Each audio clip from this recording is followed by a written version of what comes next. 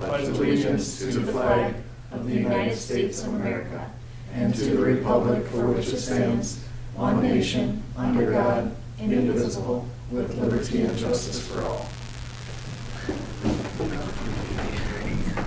All right, item C, approval of agenda. Are there any changes to the agenda? There are not. Wow. We'll entertain a motion to approve the agenda. I'll make the motion. We have a motion. Is there a second? I'll second. We have a motion and a second. Any further discussion from the council? All those in favor signify by saying aye. Aye. Opposed?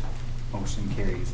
Item D, approval of minutes. The minutes for the January 15, 2019 meeting were included with your packet. Are there any changes to those? If not, we'll entertain a motion. I'll make the motion. We have a motion. Is there a second? I'll second. We have a motion and a second. Any further discussion from the council? All those in favor signify by saying aye. Aye. Opposed? Motion carries. Item E, citizens input. Tay, unless you have anything else to share, we're going to skip over that item. You're the only citizen here, so. No? All right. Council and committee reports. Anyone have anything to report? Gene, do you have any report? Parks and Planning met last week. We had Kurt Forrest from the Howard Lake the Watershed Alliance. Gave us some history, some insight. It was educational for me. Got to ask some questions. Talked a little bit about water clarity, how we stand today as opposed to years past. We also talked further about the work out that we're working on currently, pushing things forward out at the Lions Beach. And also it was brought up the cooperative with Wright County, the Soil and Water, some cost sharing from them that's available. So we hope to put some of that in front of all of us tonight and keep moving forward. All right. Thanks. Anything else? Anything to report? All right. We will move along then. Item G, department reports. We have the Howard Lake Fire Department 2018 annual report. Katie, I believe that's you. That's me. Come on up, Chief. Thank you for having me. So this year, I think you guys all got a copy, we're actually down like 12 calls from last year. So, but more structure fires this year than we've had previously. We had 7 total this year. 3 of them were outside of our area. We went for mutual aid, so different times. Otherwise, pretty much on track with last year's stuff. Couple of keynotes. Nick brought up that beforehand that a couple of our guys took it upon themselves with all of our snowfall that we've had lately, so they went and did a little Facebook campaign about our fire hydrants, trying to help our city workers out, and it went over pretty well the way it sounded. Actually got a mention on Carol Evan. Oh, really? On their I didn't Facebook know page, that. they commented on us. So had a couple people in the committee or in the community that stepped up and offered some gift certificates for people that participated. So they're actually looking at pushing that a little bit more into some more community involvement and other stuff like that through the fire department. So with your blessings, they're asking to do some more fire safety stuff and things that way, see if they can get a couple other businesses in town Oh, good idea. to support it. But it did go over real well. So 2 other things that I got is our Relief Association actually purchased a new set of airbag extrication equipment that just came in and donated them to us. Nick knows about it. I don't know if you guys have heard. But the old set was probably 30 plus years old. We popped 2 of them during a training here in December. So those just came in and we got them up in service now. And then our new defib monitor for the ambulance came in yesterday. So that'll be in service this week. So. Cool. Any questions from you guys? Concerns or anything? Other than our predicted snowfalls. So. Thankful that we have you, guys. Yeah, thanks, thank you, Katie. Katie. Thank you. Thanks, Katie. All right, second report there, the Howard Lake Wine Spirits financials. Do you want to talk about that, Nick, or is it just for information? I'll just comment. Okay. Again, we're going to more of a traditional like private sector profit and loss statement, so you'll notice a little bit different look to your financials this month. For January, we posted a loss of about $500. One thing of note to bring up with that, that's the smallest loss that we've had probably in 7 years. And not terribly surprising when you talk about what liquor and snow and does kind of for business in January. Like Januaries are not historically profitable months for liquor stores. Other than that, it's a receive and file. So going forward with this report, show the year-to-date profit or loss? Yep. Okay. Yep. Okay. All right, we'll move along to the consent agenda. There are 4 items on there. I'll just breeze through them real quick. Consider accepting all reports and payment of claims. Consider approving various business licenses.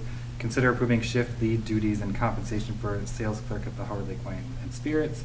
And consider approving the downtown revitalization grants. Do any of those require discussion from the council? If not, we will entertain a motion to accept the consent agenda. I'll make a motion. We have a motion. Is there a second? I'll second. We have a motion and a second. Any further discussion from the council? All those in favor signify by saying aye. Aye. Opposed? Motion carries. There's nothing under presentations, public hearings, and related approvals, so we'll move into business. Item A, discuss air quality reports, recommendations at the library/community room. Yes, Ongoing Mr. battle. Mayor and Council. Hopefully a lot of this will be repeat information for you with your weekly reports, but I did want to give this report as a more comprehensive update to the community in full. We have been fielding comments, questions, and concerns on the topic as our library has been closed for just over a month now this week. Certainly as we go through this information and at the end, if you have any comments or questions, please speak up. And finally, I think it would also be a good opportunity to simply reaffirm our commitment to the library. A lot of the questions and concerns that we've been fielding are more along the lines of, are we losing a library? Are we at jeopardy of losing a library? And I can unequivocally say no, but having you folks say the same with the information that you have in front of you tonight would also speak volumes as well. Ultimately, there's no action requested of you tonight. We are still waiting on a report and revised recommendations from an industrial hygienist. We expect those to be in probably early next week. And depending on the findings that are included in that report, we may hold a special meeting to go over what that means and hopefully resume operations at the library. But again, no action tonight. So with that said, I tried to do kind of an exhaustive timeline of the last several years at the library itself. I think a lot of these issues in terms of water infiltration date back to 2011. If you recall, that was the time when we did quite a bit of work to the street, the retaining wall, and the staircase, and adjacent to the street project on 6th Avenue. And with that, we have just found kind of reoccurring chronic issues with water seeping in on the far south wall. We've attempted to address those at the staff level and with handymen and contractors through the years. And I think actually with some of the more recent work that we've done, we've addressed that, but it's probably not complete. For example, that was the weeping wall, if you're familiar with it when you walk in. Mm-hmm. Some of the more recent remediation work that we've done are on other walls where they still show water seeping in. So we still haven't found the extent of the water infiltration issue. This summer, there was a new branch manager hired, Sheila Reike, who comes over as a shared agreement with Cokato. Her new scrutiny and eyes on the facility have been frankly welcomed. She's been a nice, refreshing force for our local library, and she's obviously an advocate of the library itself. Through her, we have heard complaints over like air quality issues, just the smell of whatever in the air. And following up with that, we've attempted to find a suitable inspector to kind of identify or quantify that issue. That's been kind of a hard feat. Frankly, a lot of the folks that we contacted initially were several months out. The inspections were $3,000 to $5,000. So what we did instead was buy our own moisture meter, checked out at various locations, and found out okay. But certainly that's not exhaustive. I'm not an inspector, so. Can I ask a question quick? Yeah. Prior to this, did we have any complaints like in recent years? Like Not that I'm aware patrons of. Or Certainly not officially voiced to the city. okay. Whether or not Great River received any, I don't know, but they were not communicated back to the city as the. And you'd think if they property did, owner. they would have said something. I think so. But that's my point. I mean, we know we've had water issues the last several years, but really the air quality things are relatively recent. In the late fall, we did make contact with an inspector out of Cokato, ProCare. They initially tested in December for an air quality test, and that's exactly what it sounds. It's going around the facility and finding different areas with like a fancy piece of equipment, testing what's in the air. The kind of odd thing to explain with that is it doesn't necessarily identify what's in the air, but rather just identifies particles in the air. They come back with some pretty convincing reports and kind of scientific information that indicates if different particles are different size, it likely means it's something like mildew or pollen or something of the sort. But it's not literally or actually identifying what's in the air. Does that make sense? It's kind of hard to follow along with that. They also completed surface tests, which are essentially taking a piece of tape and sticking it on a surface to see what's in the air on the surface of materials. And those tests came back inconclusive. At the recommendation of ProCare, we did complete 2 initial remediation activities near the bathroom, as well as underneath the staircase leading up to the 2nd floor of the library. We did identify water intrusion at both those locations. They did install like HEPA air filters, these big giant fans that kind of suck out air and treat the air and that sort, and they removed the sheetrock, insulation, and other items at that time. They also did surface tests, and they came back inconclusive to actual mold or mildew at that time. Which is good. Yes. Yep.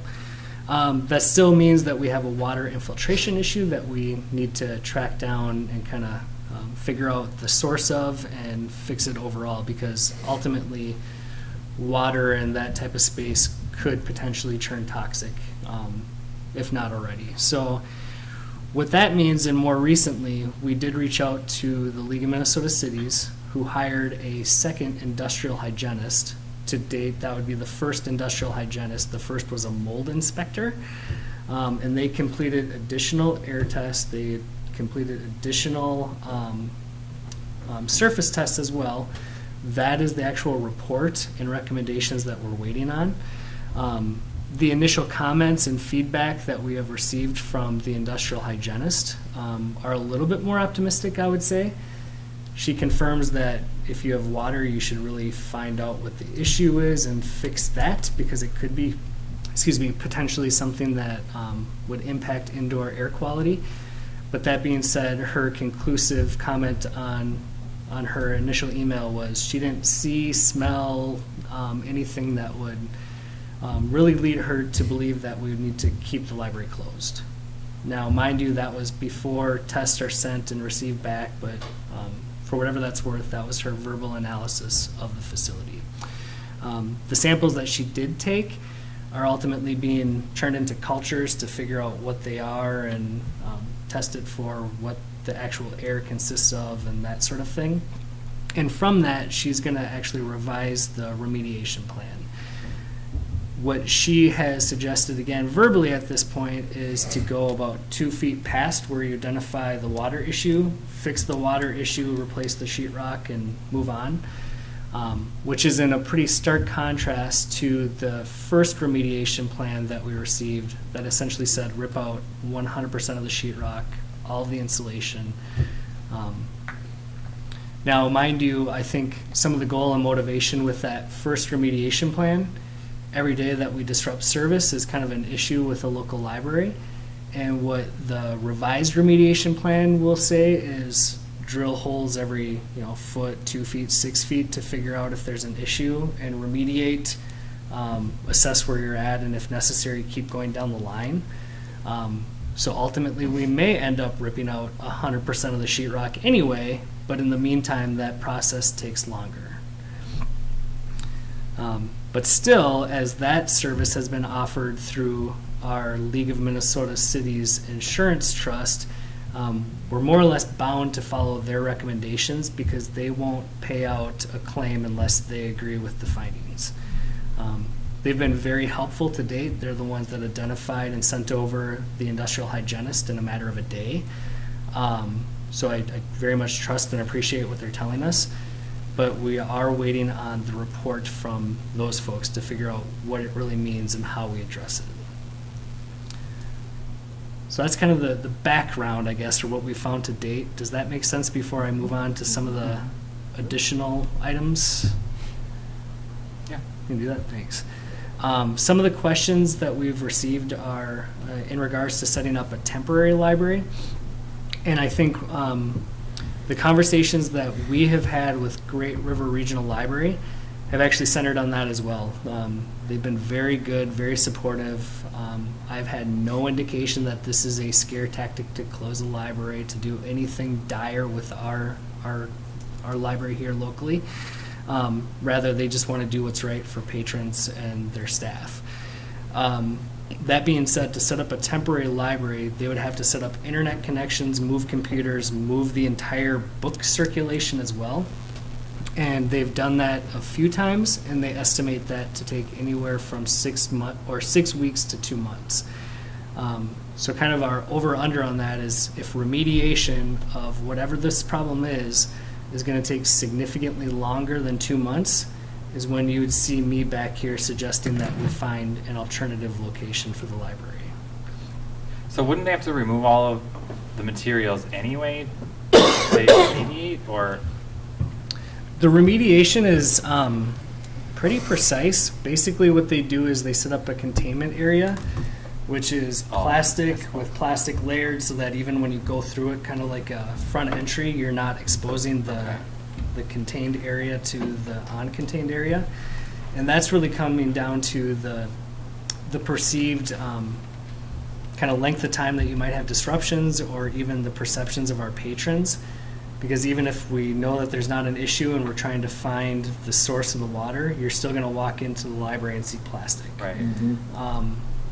And maybe that's okay, maybe it's not, but that's the kind of discussion that I think once we get this report back, the council will need to have as the ultimate landlord of that facility. And any thoughts on a temporary location? There's a couple that I've reached out to that I think would work. It could be as simple as simply moving upstairs, because so far there's not a lot of impact to the community room. There's some other locations in town that I don't need to disclose now, but I Sure. can probably kind of put it together yourself. But again, until that's really an immediate need, I don't know that we need to discuss it. Okay. So looking at this, I did kind of break down at least what we've spent through this initial discovery phase and where this could lead. So under the financial inspection or financial section, the first was the inspection through ProCare. That was about $800 and completed several months ago. We did approve an investigation for the initial remediation work needed. That was about $2,000. And there was a follow-up inspection completed by ProCare for $200. So ultimately, the expenses to date have been relatively nominal, able to be accommodated through our general fund budget. Moving forward is where it really kind of gets tricky. Remediation, the first quote that we've received is for about $25,000, and that's for total removal of the sheetrock, insulation, treating it with some sort of antimicrobial spray, what have you.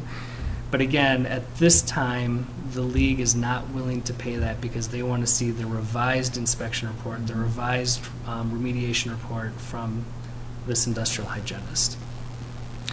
Moving forward is probably where it would get a little bit more tricky. Remediation can mean several things. We know that we will have to take out some of that sheetrock and insulation on the inside of the building. It may also mean putting in some sort of tile system either on the inside or the outside of the building to divert the water that is coming into the walls currently. It may mean redirecting some roof drains that are currently going off the building and relatively close to the building, which may be aiding into this issue as well. All those things we just don't have a handle on, but that would be part of the permanent fix, so to speak. Nick, I take it there's not a sump in that building, is there? No. They mention a sump basket, but there's not like a traditional like tile system, if that makes sense. Yep. Yeah, the report references it, and I have not found Yeah. it. Think. I cannot find it. No. Again, at this point, we don't know if this is an eligible claim through the League of Minnesota Cities or not. Basically, they will cover water damage, but that's more of a traditional, like a sprinkler burst on the weekend, and they need to clean it up. It's not clear if they would actually cover a defined mold or mildew issue. In fact, it seems like they won't. But what they will do is help cover some of the putting the building back together regardless, because we need to find what that issue is.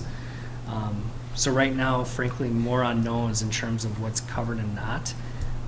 But they will have a much better understanding again once they realize what the source of the issue is. Again, tonight it's mainly an update to council. This is a good opportunity for you to ask any questions, any comments. That's it. That's all I have. So I guess maybe you already said this, but I mean, we aren't taking any action tonight, but what's the next step for the overall? We're still just waiting for that other testing data to come back. So what I'm hopeful of, we will get a report back from the industrial hygienist that also has a recommendation for remediation. I would like that to be brought back to council for consideration and approval, because you're basically accepting the findings of that report and passing whatever recommendations are to fix the issue. Mind you, the tricky thing with that is I think we've talked to several inspectors, one or two industrial hygienists. One for sure has obviously been in the site, but we've spoke to another about the situation in general, and all of them say slightly different things, leading us to believe that it's at least somewhat subjective to the findings. But we're simply trying to do the right thing. Right.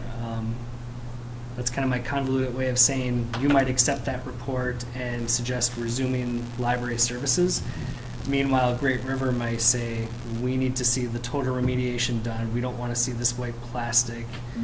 And then there needs to be some discussion in between of what we literally do next. So this total remediation for 25 grand, that's only to remove. It's only to remove, and that does not address if the foundation itself is cracked. That could be a likely cause of water going through the walls itself. That doesn't fix the walls.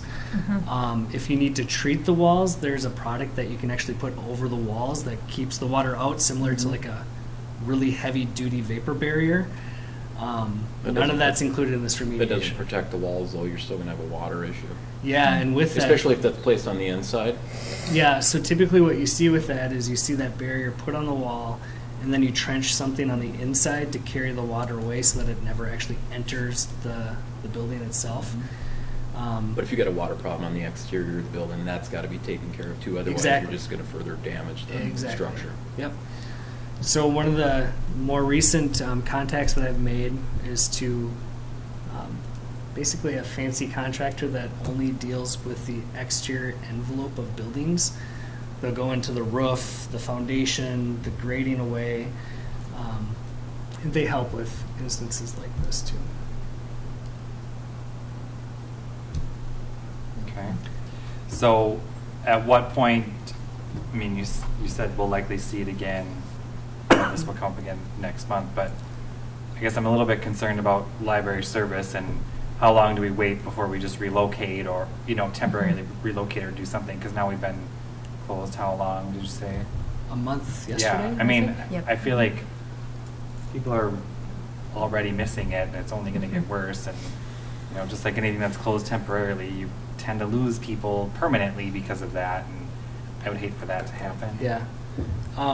I agree. I share that concern. I've probably spent half my time over the last several weeks dealing with this issue. We're taking it as urgently as we can with waiting on additional information and so forth.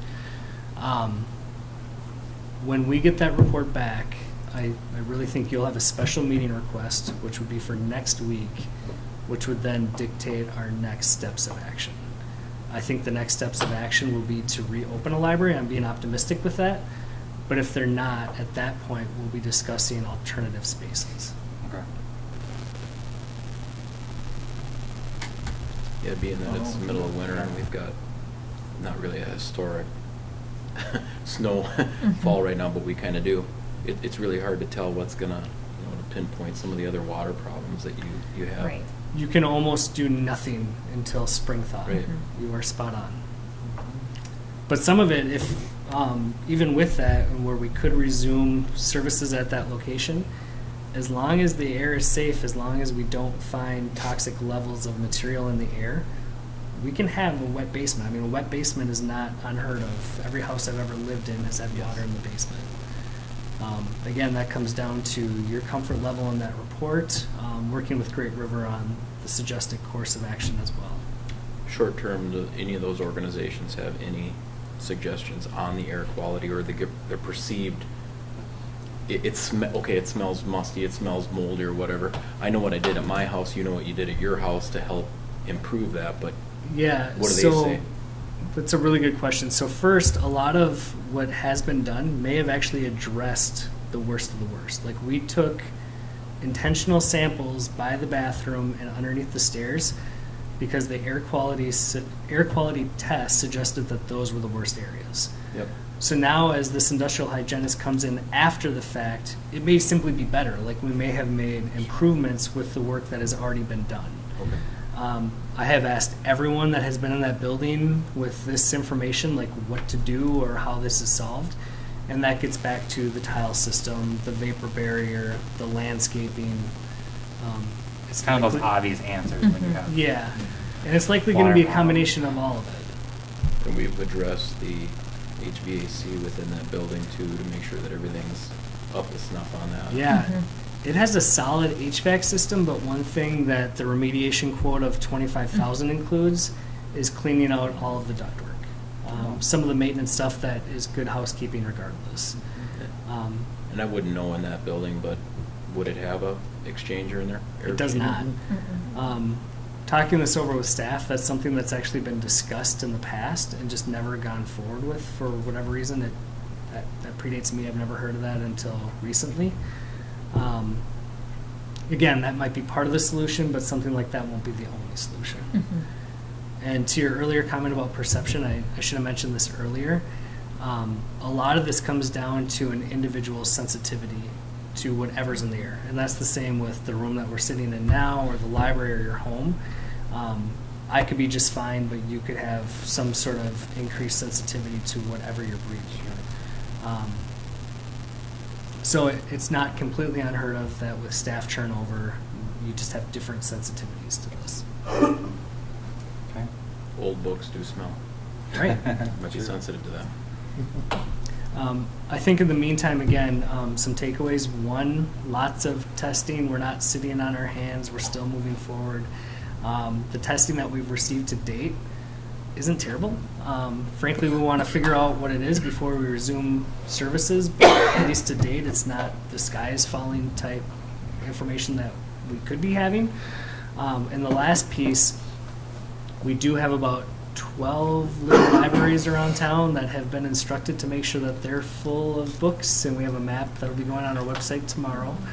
Thank you, Carol Sidine, for that reminder.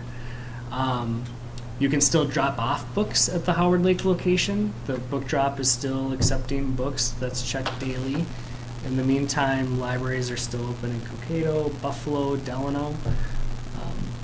Yeah, they're redirecting folks to those locations. All right. Anything else? Okay. All right, well, thanks for the report. Thank you. All right, where are we? Item B, consider approval of Lions Park enhancement projects. Fun one. Yes. Now we're going to shift gears to like a more enjoyable thing, Council. This is an exciting, fun project that we're going to bring forward tonight. I think, again, for background, for as long as I've been around here, 6 or 7 years, this has been something that I've had council members, the mayor ask for improvements. We've discussed things with our residents. All of us want a nicer, better, more enjoyable park. And really over the last year, Aurora has taken this up in a very impressive way, has worked hand in hand with the Parks and Planning Commission and identified all of the issues, all of the opportunities, all of the constraints. It has gotten impressively complicated, working with all these different players, all the different limitations that we have. But ultimately, I think what you have in front of you is something that will bring our park forward in a very impressive way and be something that we can enjoy moving forward. So I put together this short presentation that kind of goes into the project specifics. Aurora, you feel free to jump in because this is so much of your work as well.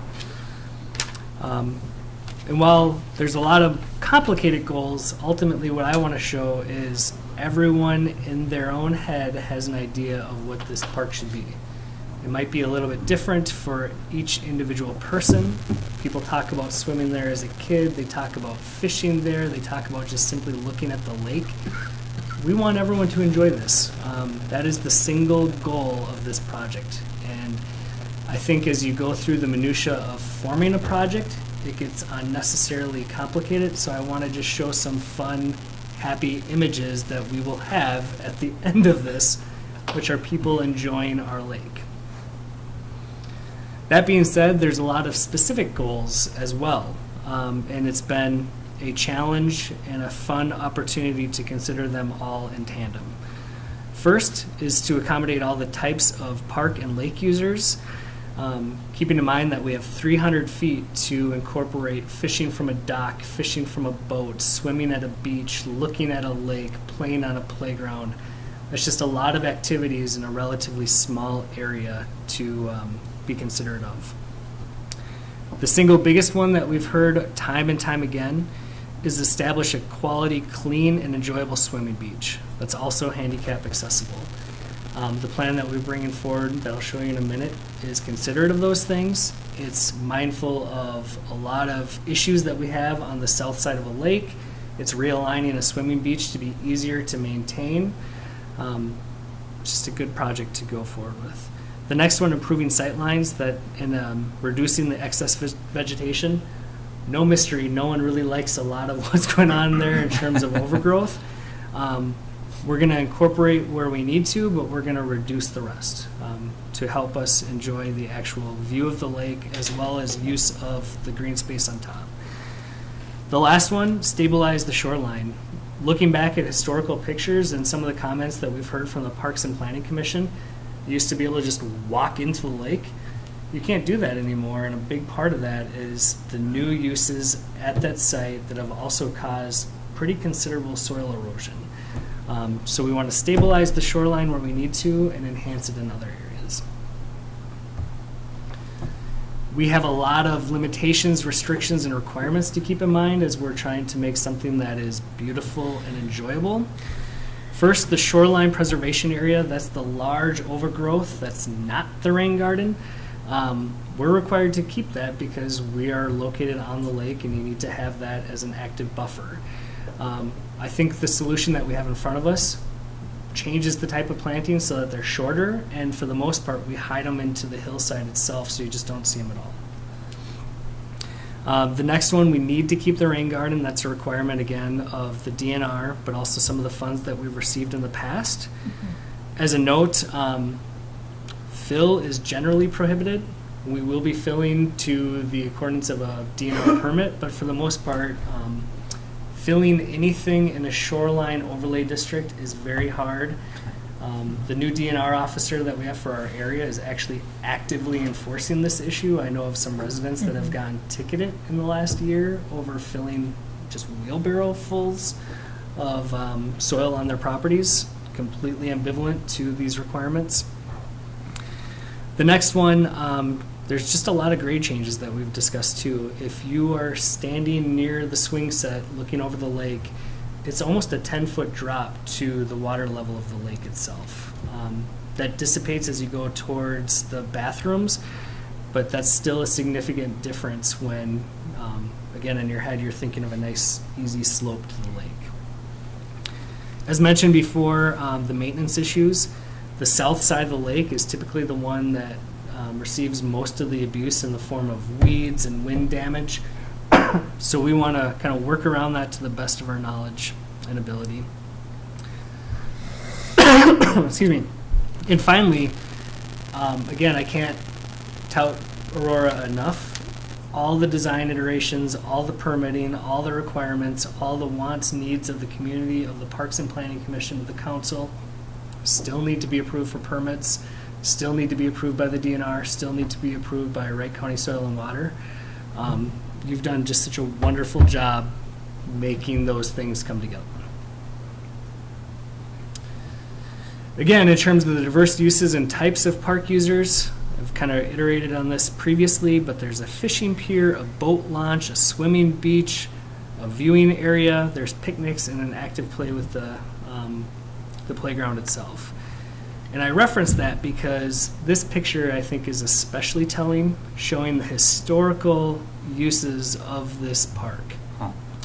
So starting in 1949 on the far left of your screen, that's where you have that fish spawning area that took up a lot of what is Lions Park to date.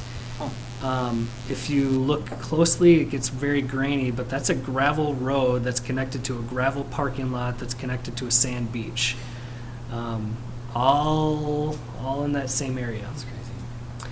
At this point in 1949, there's no park improvements, so to speak. You just simply parked and kind of ran into the lake. 1989 is where things start to change.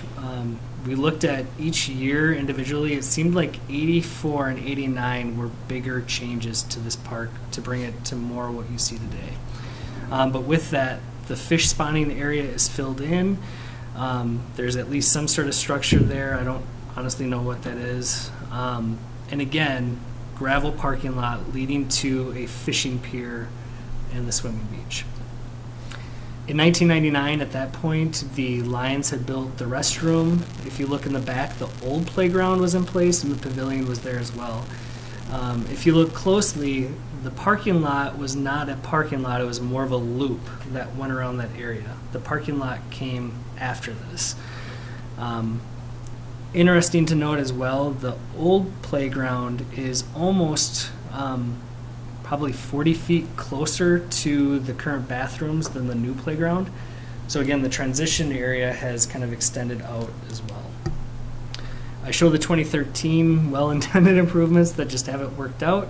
That shows the retaining wall, the split rail fence, and kind of the windy path around the rain garden to the swimming beach. Thought this was fun. I took some pictures of the park literally today on top of a giant snowbank, as well as about 50 feet into the lake itself. This will change, even though it's kind of hard to see. Starting at the top, almost all that split rail fence will be removed. We're going to add a viewing area and expand the beach. I showed the bottom picture again. If you look at the bottom right, that really starts to show the grade change between the park area to the lake water level itself. So getting into the project specifics itself, we want a nice swimming beach. The picture on the left is the current swimming beach. That rake was a great $2,000 investment, I think, that has dramatically improved our maintenance of the beach area. But it's still not enough. The area that you see there in front of that retaining wall is the area that receives the most abuse from wind, weeds, and just whatever the lake throws at it.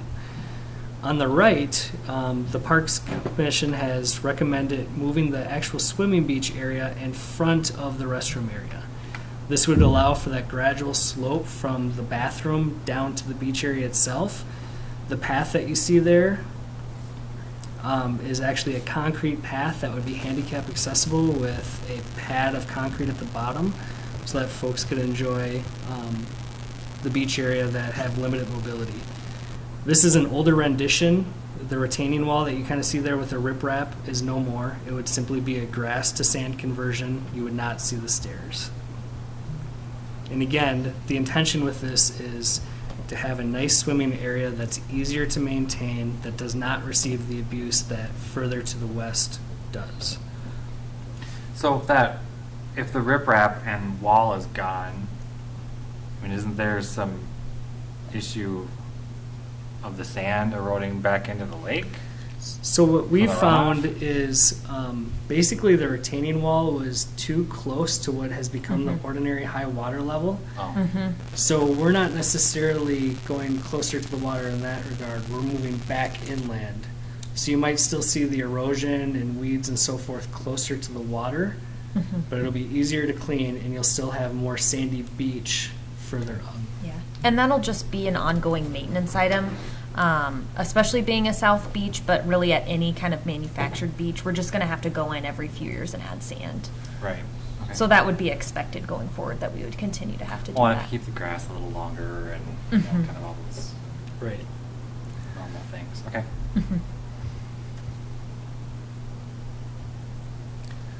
What is happening there? So the next, right on time there, Mr. Mayor, is stabilizing the Awesome. shoreline. The picture on the far upper left shows the area closest to the swing set. And again, you see a lot of abuse, a considerable grade change between the park elevation and the lake elevation. That has gotten continually worse over the years because of soil erosion. The picture on the right shows riprap that would be installed to stabilize that area as well as add plantings above it.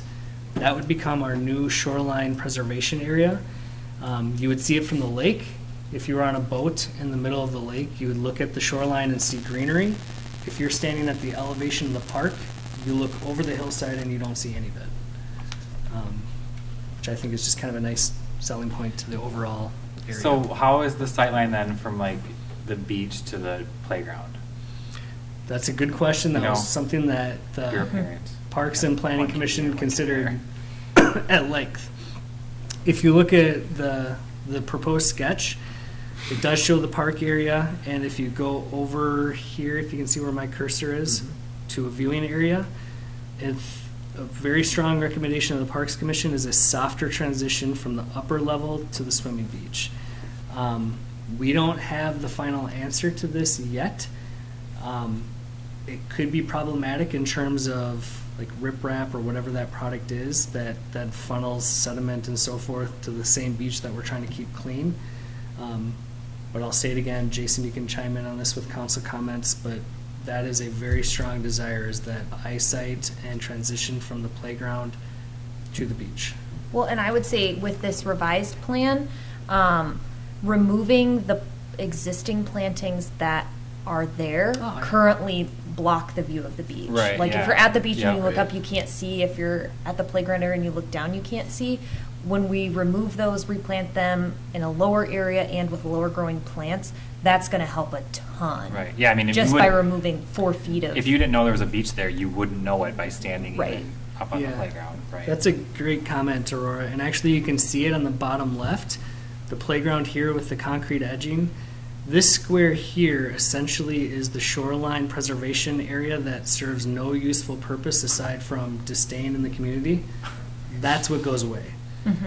So even if the topography is still not perfect to literally run from the playground to the beach, the sight line will be 4 feet improved. Well, and it looks like it will then like flow. You know, your eye will follow it. It flows a little bit better. Yeah. Right.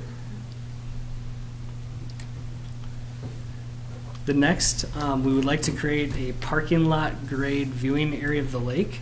So on the left is what you presently see. That's the rain garden location that's covered in about 4 feet of snow. We would go around the rain garden with a concrete patio that protrudes towards the lake itself, which you see on the right-hand side Interesting. there. So that ugly fence is going to go away. The ugly fence goes away. Yep. Excuse me. Yeah. Yeah, the only fence you would see out there would be by the swing sets, just because it's such a steep drop Yeah. that we need to have some kind of fencing over Sure. there to prevent. Good call. If you look at this shoreline image right here, the top right here is still going to be a split rail fence. but ultimately it's to serve as a literal barrier from the playground to the Yeah, shore. right. Excuse me. Oh, going the wrong way. Is it split rail because that's just more feasible financially, or? You could consider alternatives. Split rail is a common product that we use in our parks, so that was a consideration. It's incredibly cheap to install. I think moving forward we can maintain them better so they withhold weather. But again, that's something that you could discuss with the plan. This one's probably the hardest to explain, and I'll do my best here. On the left is the present improvements at the park. You can just barely make out the retaining wall down here that leads to the current swimming beach area. Again, that would be replaced with a more gradual flow from this yellow line down to the lake. That area would be the new shoreline preservation area. Everything on the left of this yellow line would be green grass, which is the rough elevation of the flat part of the play area. And again, once you get to the right, that would be graded down so that you see the revised plantings, but they would not, be 4 feet up in the air. They would follow the area of the slope of the area, I should say. On the left, that shows it as well from an aerial perspective. The yellow line on the left is the green line on the right. So everything on the south side or the bottom half of that green line becomes open play area. Everything on top of that becomes plantings that start out very small and get progressively taller as you follow the topo of the slope of the area. So the grading there, I mean, since it's really hard to put fill in there, right? We will be putting fill in this area, at least to transition from the current retaining wall down to the lake, but that's going to be... That's what I'm saying, it should be an easier sell instead of putting all that fill in there. My hope, Pete, Mr. Mayor, when we talked about that sight line is the arrow that comes out from the pavilion there, or the white line. Yeah. I'm hoping that sight line is opened up and immediately from the play area straight towards the boulder area where it says boulders up there. Here. I'm hoping that in some way, shape, or form that can be opened up. So that provides access down to the beach area. Oh, you mean from the pavilion to where? Right okay, there, yeah. I see. Right here. And I think... Somehow through there, just so that there's some type of, more of a natural flow to it then. I mean, I do agree with the separation because, you don't need kids running off and just disappearing, but something with ease of access. But isn't that area, like right where that bright red is, kind of right there? It's viewing. Yeah, isn't that that's the concrete? That's the kind of concrete problematic paver. thing that we're going to need to figure out, because unless we want a retaining wall holding up the viewing area and frankly separating out the other, like closer to the shoreline area, the grade is somewhat challenging, but I think, I don't know. It would take a considerable amount of distance to grade it back instead of having a retaining wall to grade that away from the viewing area. I know what you're saying. Yeah. Yeah, it would impede towards the lake. And Right. I mean, let's be honest, retaining walls are expensive and That's have right. their own set of problems. Right. They're It's- great in the first year, then after that. Right, because it's so close to that high water mark that then if you get any type of wind, like, that comes back towards it, Yeah. so. And that is kind of the problem we already had there when we went out there. I mean, Right. we were Yeah. falling apart. Yeah, so at this time, we don't have a different solution than what you see in front of us, but we have asked the question. If our contractor has a different solution that could help with this, that's something that we can incorporate into the project. Help with what? Just the slope Oh. down without the additional retaining wall that still doesn't bring sediment in. I think it's a good, valid comment. I just don't know if it can be completely incorporated. You mean the slope from the pavilion to the beach, or from the playground to? Both, pretty much. That whole top area. Oh, okay. I think this is Sorry, probably... we're a little all over the place. I'm getting kind of Yeah. confused, but Yeah. This is kind of hard to tell here because the pavilion isn't shown. But really, it would be playground, pavilion, and how that transitions down here. Right here, we show a boulder wall, which is somewhat deceptive because it's really going to be kind of a phased riprap going this way. Okay. But that's where I was alluding to earlier, where that could be a potential. It's not going to be a path. It's not going to be handicap accessible, but at least we could improve sight lines. Yeah. And if there was some daring kids with gracious parents, you could run that way anyway. So. Right. Well, yeah, and I'm not saying that you need to be able to. I was just curious if, Yep. I mean, anything, to be honest, anything's going to be better than what we have. Not that should be our standard, but, I mean, just the rain garden being cleaned up a little bit is a huge improvement. And, I mean, I like what I'm hearing about, when you're at the playground looking out at the lake, or you're on the lake looking in, you're going to be able to see some change, and, you're going to know that there's a beach there no matter where you're standing. I think that's probably the biggest point. Obviously, you have a small space. There's only so much you can do with the grade that you have without taking something out or bringing something in, right? So, I mean, I think it seems to me like with this plan and my not so good imagination, but I think we're doing the best that we possibly can with the area that we have. I mean, one of the things that I think is attractive for families about Lions Park is that the playground and the bathroom and the beach and the pavilion are relatively close together. I mean, if you go to Lake Rebecca, it's a hike from, the playground to the beach. You can't have kids at both spots at the same time unless they're older. So, I mean, granted, maybe you can't see all of them at the same time, but you have a better way to see the whole area, so. Yeah, I agree. And really, so this is kind of a snapshot of the entire area, the entire project. If you look here, what we will be accomplishing, even if we don't have that perfect slope from the pavilion down to the beach area, for the first time we'll really have a safe way of someone on foot going from the pavilion, using this little path, and finding themselves at a way to get down to that beach. You'll also be able to visually see it as well, which you just cannot right now. This will be open grassy area that we'd be gaining back with the project that we currently do not have, because this is primarily the vegetation that you see with the shoreline preservation area. Handicap accessible again, and the single biggest change is moving the swimming beach to be more deliberate in front of the restrooms, where you have a nice slope from the restrooms to the beach and the ability to keep it clean. And was there any concern about, I think we've talked about this before, but about the beach being that much closer to the landing? And, I mean, did you discuss that? It was.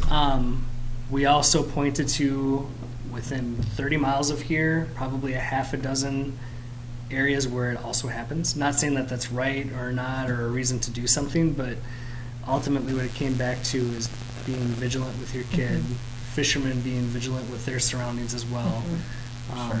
And quite frankly, as we've paid a lot of attention to this area over the last year, right now that's where kids are playing, that's where people are swimming anyway, and it's just not attractive, it's not usable. Yeah, and I think especially once we've done this project, the buoys have currently been put in, what on this drawing is further to the right, but in the lake is further to the west. And once we do this project, the presence of having buoys closer, will kind of define that this is a swimming area. So that'll tie in and make it seem more roped off. I suppose that's true. Any other questions on the actual design itself before I talk money? No? Thanks. So paying for the park, on the left, sources, we have $75,000 in our park improvement fund for this project. 75? 75, but we're proposing to use 70. Okay. Wright County Soil and Water has pledged $16,500. Again, that's for certain improvements like plantings and some of the riprap and so forth associated with the project. With a stipulation? There is a stipulation. That's a separate agenda item where we explicitly make that known. That will require us to accept the funding, accept a maintenance agreement, and basically not change the overall area for 9 years? 10 years. 10 years. Well, considering we haven't done anything for how many, that seems pretty simple. Good outlook, thank you. So again, total sources, 86,500, and of that, for the uses, we have a proposed quote. Sorry, can I stop you for a second?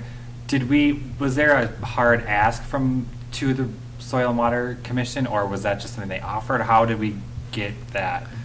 So starting with the last project, who we also partnered with in 13, basically they will offer technical and financial incentives to meet their requirements. Oh, okay. So while we understood that we needed to get permitting and approval through these agencies, and they're the ultimate intermediary between the city and the DNR, like they're a good person or a good group to work with for those purposes.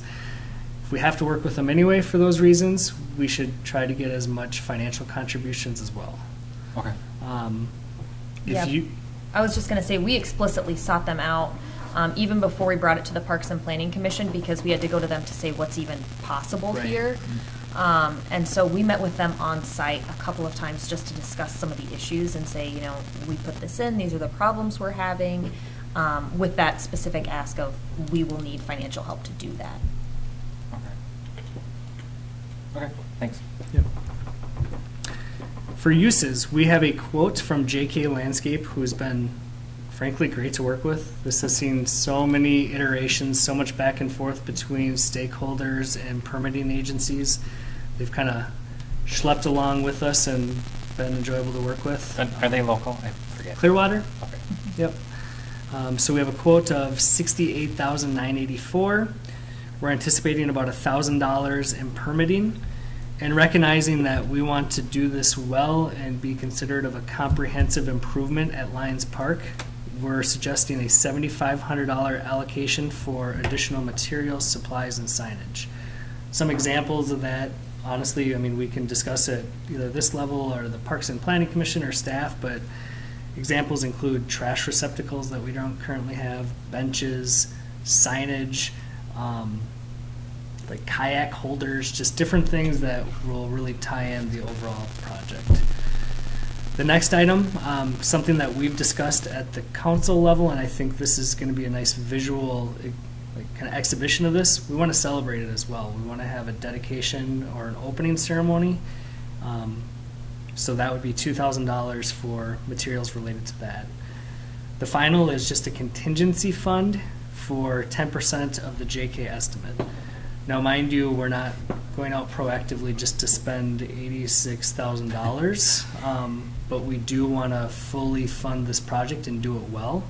So having a contingency is good planning, because things change once you get into the field. But other things that we've included there, if you do not see value in them, those are deductions that you could make prior to approval.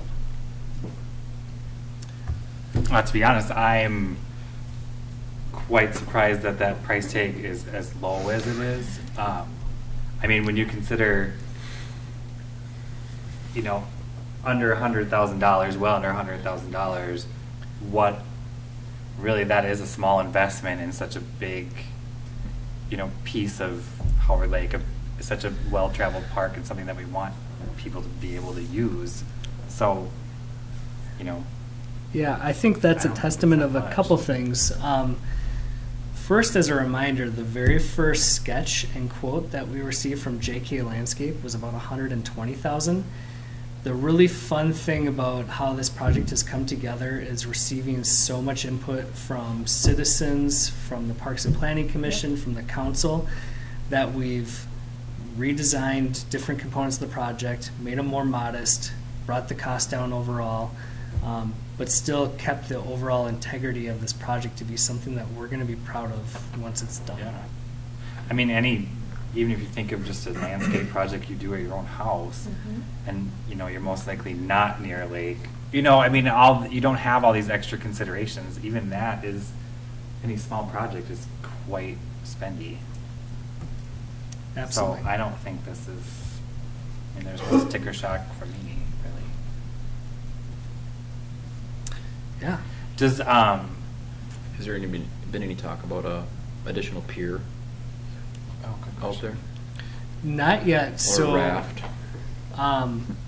I think amenities like that we could consider as they're needed or as Yeah. requested. Mhm. Take a look at them. One of the single biggest goals that we've just been discussing for so long is to make an attractive, usable swimming beach and surrounding location that I think this is going to get us 99% of the way there, but there will always be Mhm. additional needs, additional wants that come up. Well, just as you tighten up that space and get closer to the fishing pier and where the boats are launching, kids like to gravitate to, oh, I see a dock over there I can run and jump off of, Yeah. you know. just- There's some easy things that we can do with that. Currently, there's a boat launch dock, and then there's a second fishing That we dock. repurposed. Yeah, Mhm. we can actually flip-flop those to have the fish from the dock closer to the swimming beach, do different things like that to kind of add separation where it's not a boat you're dealing with necessarily, but not immediately considered in these Okay. plans. So what about, and I think we're probably gonna talk about this a little bit under item C, but, I mean, we need to think about maintenance, like ongoing maintenance too, and I realize that's not part of an improvement plan, but I think it shouldn't go unmentioned either. You know, I mean, we don't wanna do all this work and then just be like, we're Right. good for a few years, you know? So, do you want me or you, either way? I would just jump in and say a couple things. That was absolutely mindful of this plan. We had an explicit talk with Wright County Soil and Water about the type of plantings, because the plantings that are currently there are not things that they would plant again, just because they are hard to maintain and they just get overgrown just so Right. fast that they're not really the type of plants that you would want to use for this type of project. So everything they're proposing to use is going to be so much lower growing and like flowering plants, like they'll be a lot more attractive to look at, as well as we'll consider like some other, like there are some companies that maintain native landscaping, and just not having this massive type of wildflower would even be easier to do pruning with public works staff to keep it looking nice. Okay.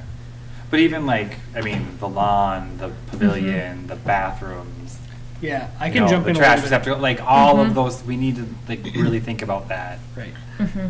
I'll jump in a little bit on that too. So, first, it's really hard to tell when it's surrounded by a lot of really ugly vegetation. But in the last couple of years that Tady and the fire department have been burning off the Mhm. rain garden itself has helped tremendously. Like you now see color and varietal of flowers in there that have never happened before. Taking that the next step, that shoreline preservation area that we show on the bottom, you're mostly not going to see, so we're going to be less concerned with how it looks, and the Mhm. maintenance is going to be different. Plus, the riprap in front is going to keep it more stable overall. Right now, even mowing on the top is difficult because the shore is so Sure. jaded and Mm-hmm. kind of put together. The last thing to note too, we try to use as many straight lines as possible to accommodate things like big equipment, big rakes that Yeah. can Mhm. get in and out quickly. And I'm sorry, in here, this doesn't include any improvements to the restroom or the pavilion or the playground, right? Nope. No. it So does not. those things we would really want to consider in the near, maybe not the playground, but, Mhm. you know, the restrooms for sure in the near future. Maybe I don't know what enhancements you do in the pavilion, but I'm thinking, you know, long-term, at some point, you know, 2 years from now, when the park is so heavily visited, that pavilion might need to be bigger or, you Mhm. know. So some of the things that have come up with Parks and Planning Commission discussion, I think are along those lines. Increased lighting, receptacles along fence lines of the south side of the parking lot, for example. Improvements to the bathroom. And I think those are things that we can simply budget for. Like Yeah. no single item that, at least to date, has been discussed Okay. is something that we need to be more considerate about capital set-asides. Right. We have been pretty deliberate with continually maintaining and updating our playground equipment. We've done concrete curbing, new chips, Yeah. replaced some equipment here and there. This summer, there'll be a new roof put on the bathroom as well, because that's getting pretty bad. So it might not be, again, a part of this exclusive project, but it'd be something that we evolve to. Okay. Good. This is exciting. I mean, it looks like, I mean, I know there's been a lot of hard work on your part and the commission's Mhm. part. It's been a lot. I mean, we've been talking about this project in pieces for quite a while. It's nice to see, you know, something come to a vote. Yeah. And again, I mean, the fact that the Parks and Planning Commission had a lively discussion on it was actually fun for me, because they actually care, they want to see the right thing done. I cannot talk Aurora up enough, because putting all those pieces together with all those agencies is not something that's easily done. And I think we're finally ready to move forward. Yeah, it's exciting. So from the council tonight, you're looking for, are we approving the plan? Are we approving the funding? Are we approving all of it? Both. Okay. So you'd be approving the design, and then the second would be the overall project budget. Within Mhm. that would be approving the JK landscape, and just be mindful of the other items that we've listed Okay. out there, which can be done as 2 separate motions. Okay. How can I vote in approval so long as there's a provision or a contingency? You can do, I assume you're talking about the transition. I'm talking about the transition. What I would need from you is direction as to what or when something would come back to council. Right now, I think you can make a motion or simply articulate that you want to see this transition handled to the best of the ability of the site, which is something that we'll do anyway. It's one thing if they came back and said, it's just not possible because we need that amount of square footage for the restoration, for this, because we can't have that sediment going down. If somebody just came back with that and offered that clarity, then it's an easy answer. But I don't know that. You don't know that. So the first thing that we do in projects of this sort, assuming that you approve it, contingency or not, we will sit down with the contractor and refine the plan, just little tweaks here and there. That's something that's easily done as a pre-con discussion. Okay. I make no. Because your concern is the transition, I mean, you're talking about Well, basically the photo- from west to east, right? Yeah. Or from Mhm. west to Yep. northeast. Is that right? Whatever. Yep. Right, 'cause the image that's up in front of you right there, you can see that you have to follow that pathway that was just there. The pathway that goes either across the viewing area onto another pathway down to the beach. You can't simply just transition, or you have to take the sidewalk along the parking lot to get down in there. From where? What do you, I'm confused. When you're, If you're over here playing, or if you're in the Yeah. pavilion, you have to hop on this path and then across here. You can't simply just come from here and then, oh, I see, that's what because I'm it's too talking. steep. Right now, the beach is way over here. Oh, okay, I Right here. follow. Now I get what you're saying. Okay. So, I mean. But that's But my not a want, deal that's my breaker. want, that's my wish, that's not everybody, so. Yeah, and I mean, would you say though it's something that, you know, I mean, I wouldn't consider that a deal breaker. Maybe you would. I understand. I If they think it's said, yes, we can important, do it, but it's at a cost, and that cost is, the cost is $50,000, I would say, no. Let's move forward with the plan we have in front of us and do what we can with what we have here. If they said, yes, it's possible, I would be interested in pursuing that, if it's, so long as it's cost effective and that everybody, you know, is on board with it. If it doesn't really matter to everybody else, you know, maybe it's just me. By everybody else, you mean us, or you mean? Yourselves and the rest of the commission. I guess going back to my concern is we just have to be careful. I mean, part of that problem is not having any erosion and, you know, maintaining it at a cost that we can have it decent without a whole, and I know where you're coming from on that part too, but as long as it doesn't, you know, part of our concern is that mess that we had there and, you know, that runoff, and I worry about, you know, about that part, I guess. You're concerned about like that kind of cliff coming back? Is that what you mean? Or? Well, I just, you know, part of it is just when we had that one wall, I'm concerned that we're going to have that erosion again. Are we going to have, how is it going to be maintained when that isn't going to be part of the major activity of that area? Oh, You know? Yeah. And if it doesn't cost a lot, I guess I'm for that too. If the elevation change wasn't so gradual or so drastic. so drastic, Mhm. it probably wouldn't be as bad, but like Mhm. Nick has commented on, so has Aurora, that it is very drastic right now. Years ago, Mhm. and I'm one of the people that was talking about when I was a kid, it was very gradual Yeah. from the grass area Oh, yeah. down Mhm. to Yep. the lake. I mean, Yeah, you could just run as fast as you and that's, could. of course, that's what's stuck in my head to me Mhm. is, Yeah, you I know. had that same thing there stuck in my head too. Yeah, and So- that was something actually as we were pulling historical photos where we realized just kind of how bad the erosion has gotten. Because some of the old photos show it looked almost flat. yeah, it was, I mean, there was Yeah. where the grass, where the grass that? met the sand, there was a drop right there. We cut that Mhm. down, the FFA the first time around did that, Mhm. cut that down and made that wall. So A lot of the, that. the other part too. Right, you can't even make that gradual, Right. I mean, you would have to, Mhm. like you said, that's what you're talking about bringing fill, and you can't do that. Yeah. I mean, so, And if you consider the present improvements on the site, so 1989 is probably the best way of showing this, okay? You could be standing on the grass right here and a soft run into the lake.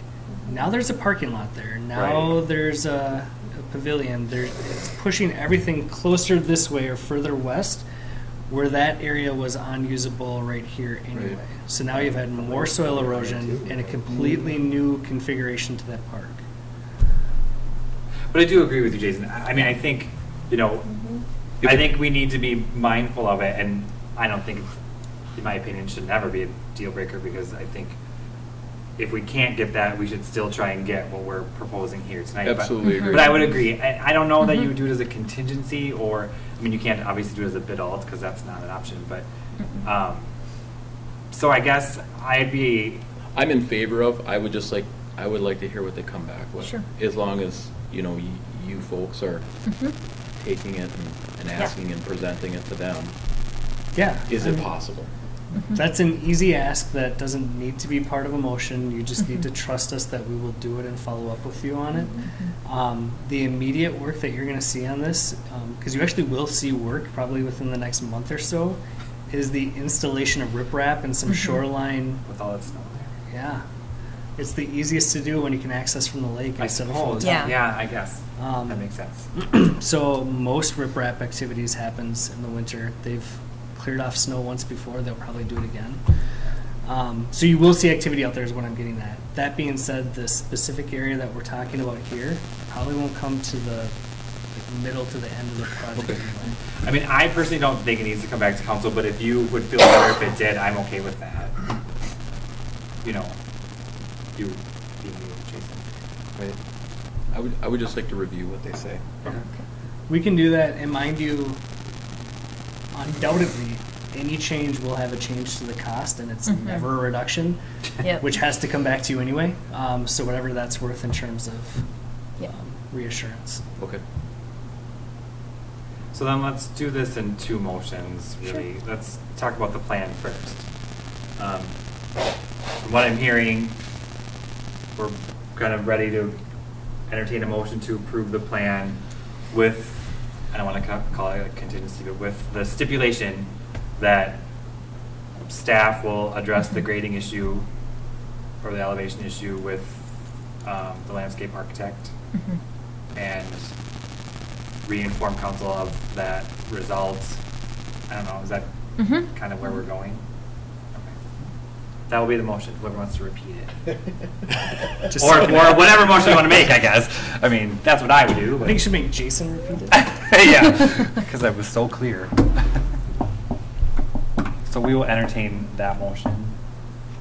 I'll make a motion. We have a motion, is there a second? Seconded, I guess. We have a motion, is there? I'm not a or guess, we have I a- will. We have a motion and a second. Any further discussion from the council? All those in favor signify by saying aye. Aye. Opposed? Motion carries. Now we'll talk about the cost and financing. So Mhm. we're basically just approving the bid from JK Landscape, right? I mean, because the permitting is what it is, or do you want us to approve the whole project cost? The whole project cost. Okay. So we will entertain a motion to approve the Lions Park project budget as it was presented at $86,500, we'll say, which includes the 16.5 from Wright County Soil and Water, which we're talking about next. So We'll entertain that motion. I'll make the motion. We have a motion. Is there a second? I'll second. We have a motion and a second. Any further discussion from the council? I actually have one discussion point. So if we don't get the funding from Wright County Soil and Water, do we have a plan? We already have it. We already, yeah. Oh, okay, never mind then. All right, we have a motion and a second. Any further discussion from the council? All those in favor signify by saying aye. Aye. Opposed? Motion carries. All right, good job, everybody.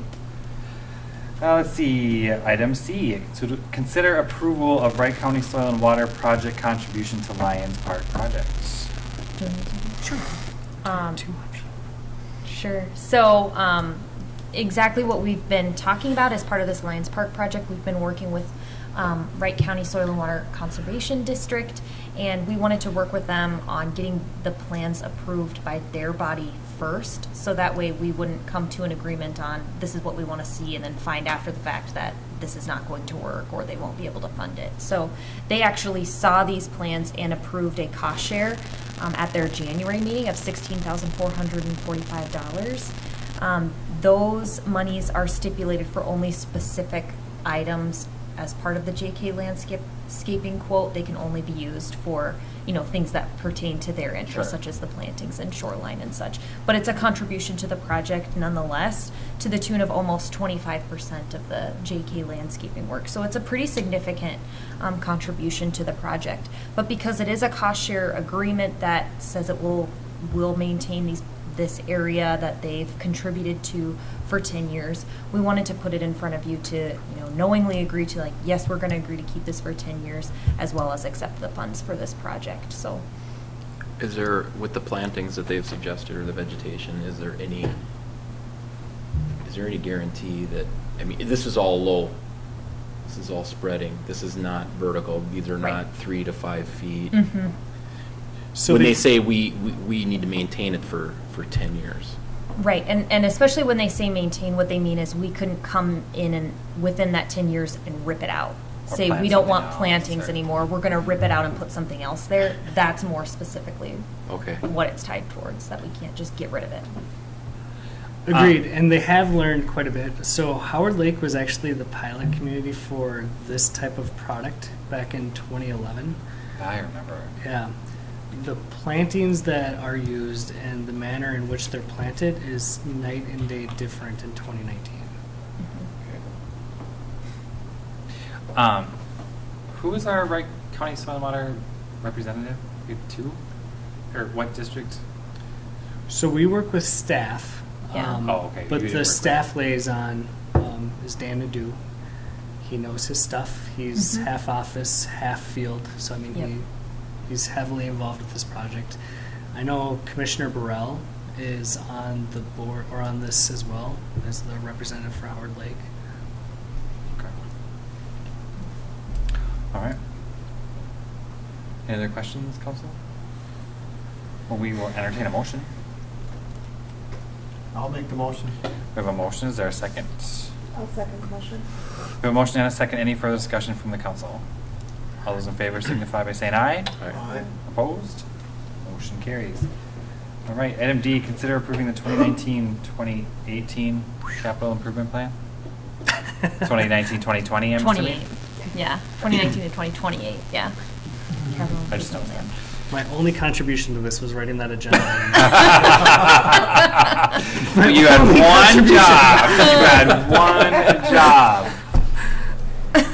I didn't even notice it until just now. Yeah, me either. All right. So I guess we'll let Aurora take it then. Yeah, sure. You can't be trusted. So over the last year and really at the last several meetings and workshops, we've been discussing the progress on developing our 10-year capital improvement plan.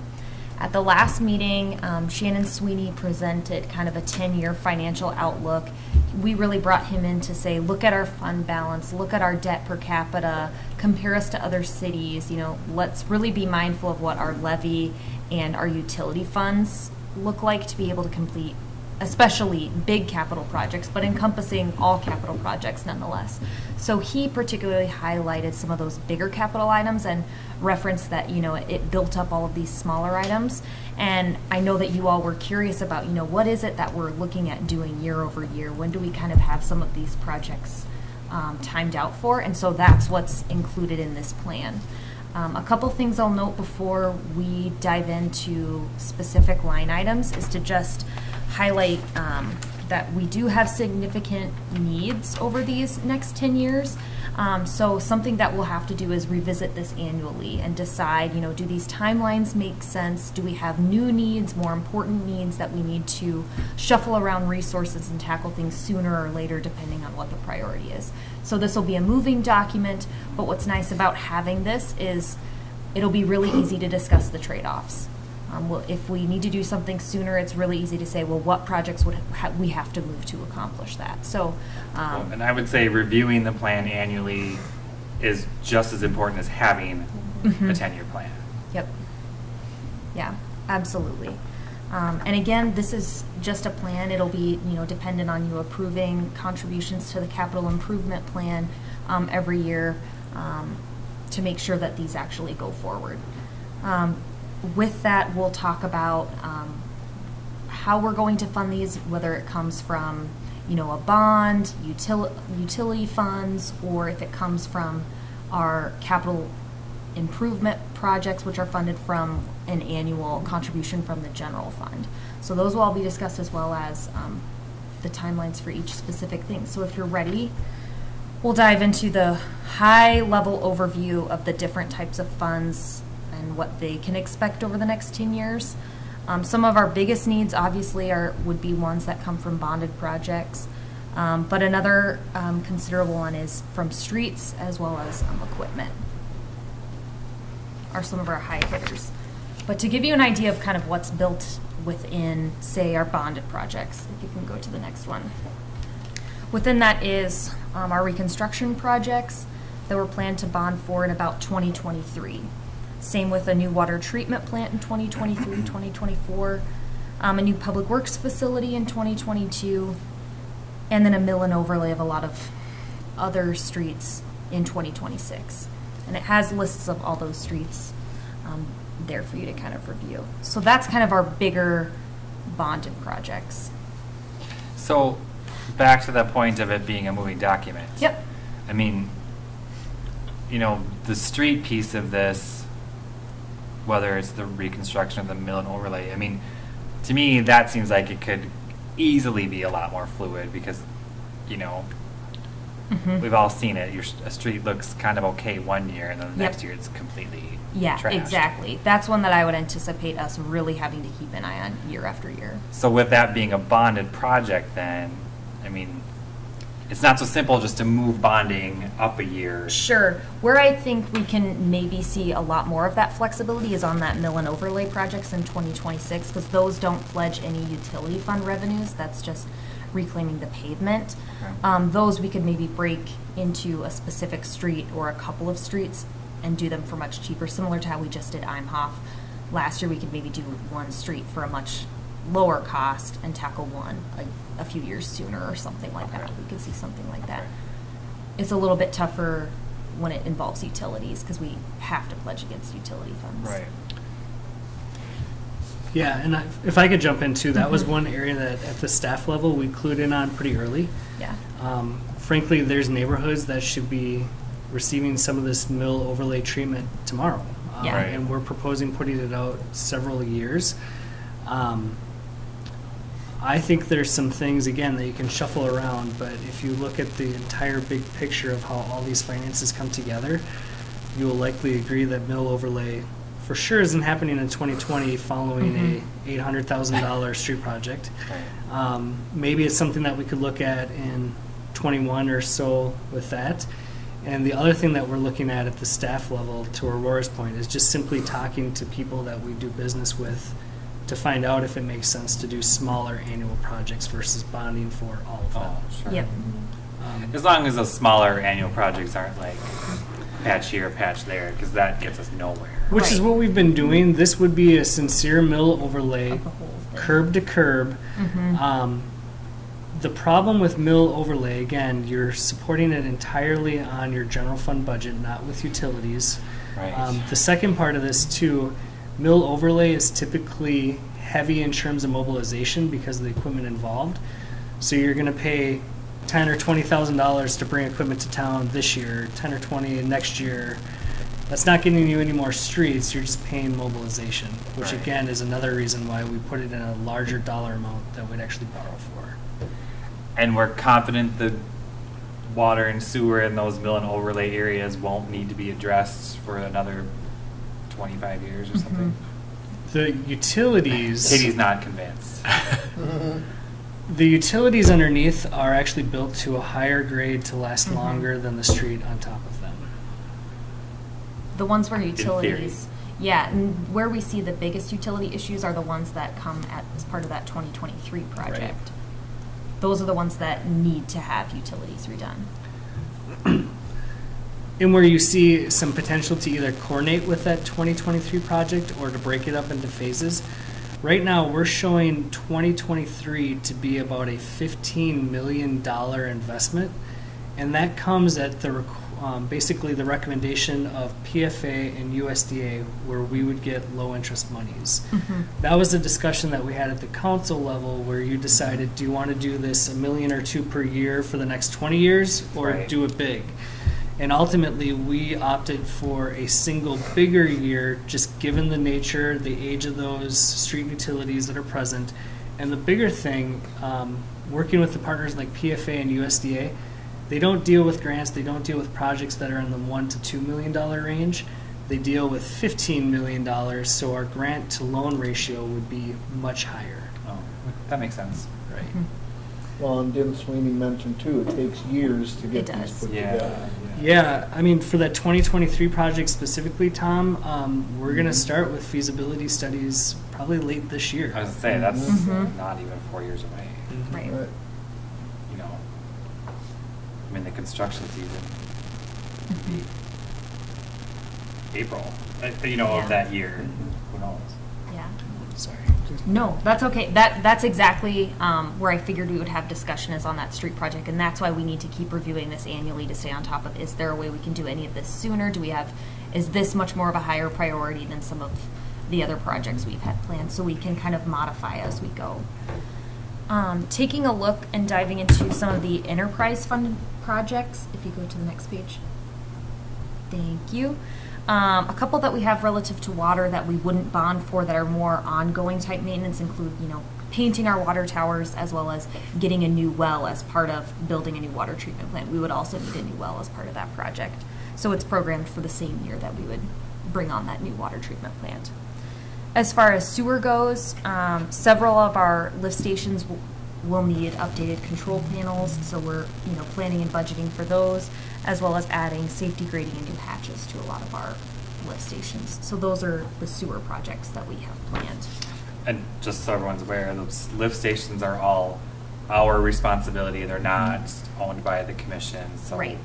it's Howard Lake's job Mm-hmm. to get all of our stuff where it needs to go. Yep. If you head to the next one, storm sewer. The only projects we really have over the next 10 years relative to our storm sewer is cleaning out collection ponds. So we'll obviously look at those each year and make sure that they're actually in need of it in that year. Otherwise, we'll push it off until it reaches the time where they need to be planned. But Sorry, go ahead. I was just going to say, going off of the year of construction is when we plan to clean them off. I feel like the last time we talked about stormwater ponds, and I think Sheila was probably still here then, it seemed like it was kind of a bigger issue than we knew that it was. Is that still the case, or are we kind of like backing off of that a little bit? Can I address that? Sure. So, stormwater ponds, whether it's Howard Lake or any city, have kind of gone through different iterations. Typically, most development agreements stipulate that the developer needs to maintain stormwater ponds. Most of those agreements are really only binding for 5 years, and then follow that up with, we've gone through quite the housing recession. The original developers, in most cases, have walked from the stormwater ponds where they just stop paying taxes, they go back to the state, ultimately end up in the city's hands. So I think being a bigger issue is the realization that we're going to have to do something, and it's at our cost. We've chased down previous developers, we've made these attempts. For example, in the case of the original developers of Turning Trails, they actually did their 5-year obligation, they're done. The same goes for Lake Ridge. So there's no litigation, there's no big stick that we can wave to get them to be in compliance, because they are in compliance. So we still need to do the actual maintenance that you see in front of us. So understand that we need to do that is the big realization. We started with Orchard Terrace because they have approached the city probably for the last 2 years asking to partner with them on cleaning out their pond. That one's actually quite clear that it's a privately held pond, but there's contributing factors from Fifth Avenue as well as a church. And when this comes back in front of you, it's going to be with the understanding that we're contributing to the issue and we're seeking a cost share with 3 other parties. So tonight you're approving a giant plan, but the individual projects within still need to be brought back to you. And if you don't agree, then they don't happen. So with that one though, we're still managing the project, right? We're just not paying the full share. Right. So just briefly, because I don't want to get too far into this, but what does stormwater pond maintenance consist of? I mean, like, what do they do? Thank you. That's what I was going to ask. I mean, do they dredge what does that it? do? Yeah. What do they- Pretty Basically. rudimentary. They dredge out all the soils. Silt. And the soils basically need to be remediated and disposed of in a similar way as we went through with our redevelopment projects. Most of the time when they test out, they come back too high in nitrogen and phosphorus to just spread out on a field. So the biggest cost that you see in the actual project itself, it's trucking, it's disposal, it's engineering. There's an odd amount of engineering involved. The actual bricks and mortar equipment involved Of course, is, there's engineering. yeah, the bricks and mortar itself of like an equipment dredging out the storm pond, unless it's significantly large, is not a big deal. So then, how do they get to like That's ours? I was I gonna mean, say, I'm thinking, boy, that's like. how do they Shredded. get to it? Yeah, so there's not like heavy equipment, like a lot of Oh. heavy equipment involved. That's what we're saying. Like, it's really kind of modest, but the way we have to dispose of it is where it can be expensive. I know. I mean, I was going to volunteer him. You can't really get there from mine. Otherwise, I'd say go ahead. Who But lives there that wants their yard disrupted? yeah, Yep. right. Okay. All right. Thanks. Oh. That's all Sure. I know. So that's the projects planned I didn't for know storm you did a sewer. shovel. That's what I didn't know. Just a bunch of guys with buckets. Yeah, They line it up. assembly line. Right. Yeah. There you go. I couldn't think of the Yep. word. If you go to the next page, this outlines our street projects. Again, excluding ones that we plan to bond for. You know, these are all the other ones, including some mill and overlay of the Highway 12 bike trail, which we'll plan to coincide with whenever they redo the highway. So that timeline could shift depending on when that project happens. Same as mill and overlay of the Turning Trails trail. And then what you'll see most of the dollars for is focusing on seal coating every single year. So we've identified streets, and in 1 year in 2022, including monies for city parking lots as well, to keep seal coating all our streets to prevent them from drying out and needing mill and overlay sooner than they need to. And then the only other item I would mention is the Highway 12 decorative streetlight replacement. So as part of whenever they redo the highway, we'll likely need to replace our decorative streetlights, so we should just plan to budget for that now, so it's not an item that comes to us as a surprise Right. as they rip up everything and, oh no, now we had this unanticipated expense. So, We don't have LEDs in those, do we? No, We do they're not. not LEDs, but the price that is included would be for LED Yep. I decorative mean, streetlights. yeah, Foolish you would not not to. put them Right. up. Yep. The other thing where I think Aurora has done an especially good job with this plan, we hope to not pay $237,000 for Right. decorative streetlights, but we have tried repeatedly to get in front of MnDOT to put together the pieces of this project so that we can do this budget, and they're just not ready for us yet. So until then, we're going to anticipate that we're paying for all of it and hope that the end result is not all of it. You're just going to keep asking them until they are That's what we like, have been ready for the for last you 3 to years. go away. Yeah. Yeah. And in fact, I mean, it's been frustrating, but I will say to their credit, I mean, they have a method to approve these projects. They're just not ready for Howard Lake Yeah. yet.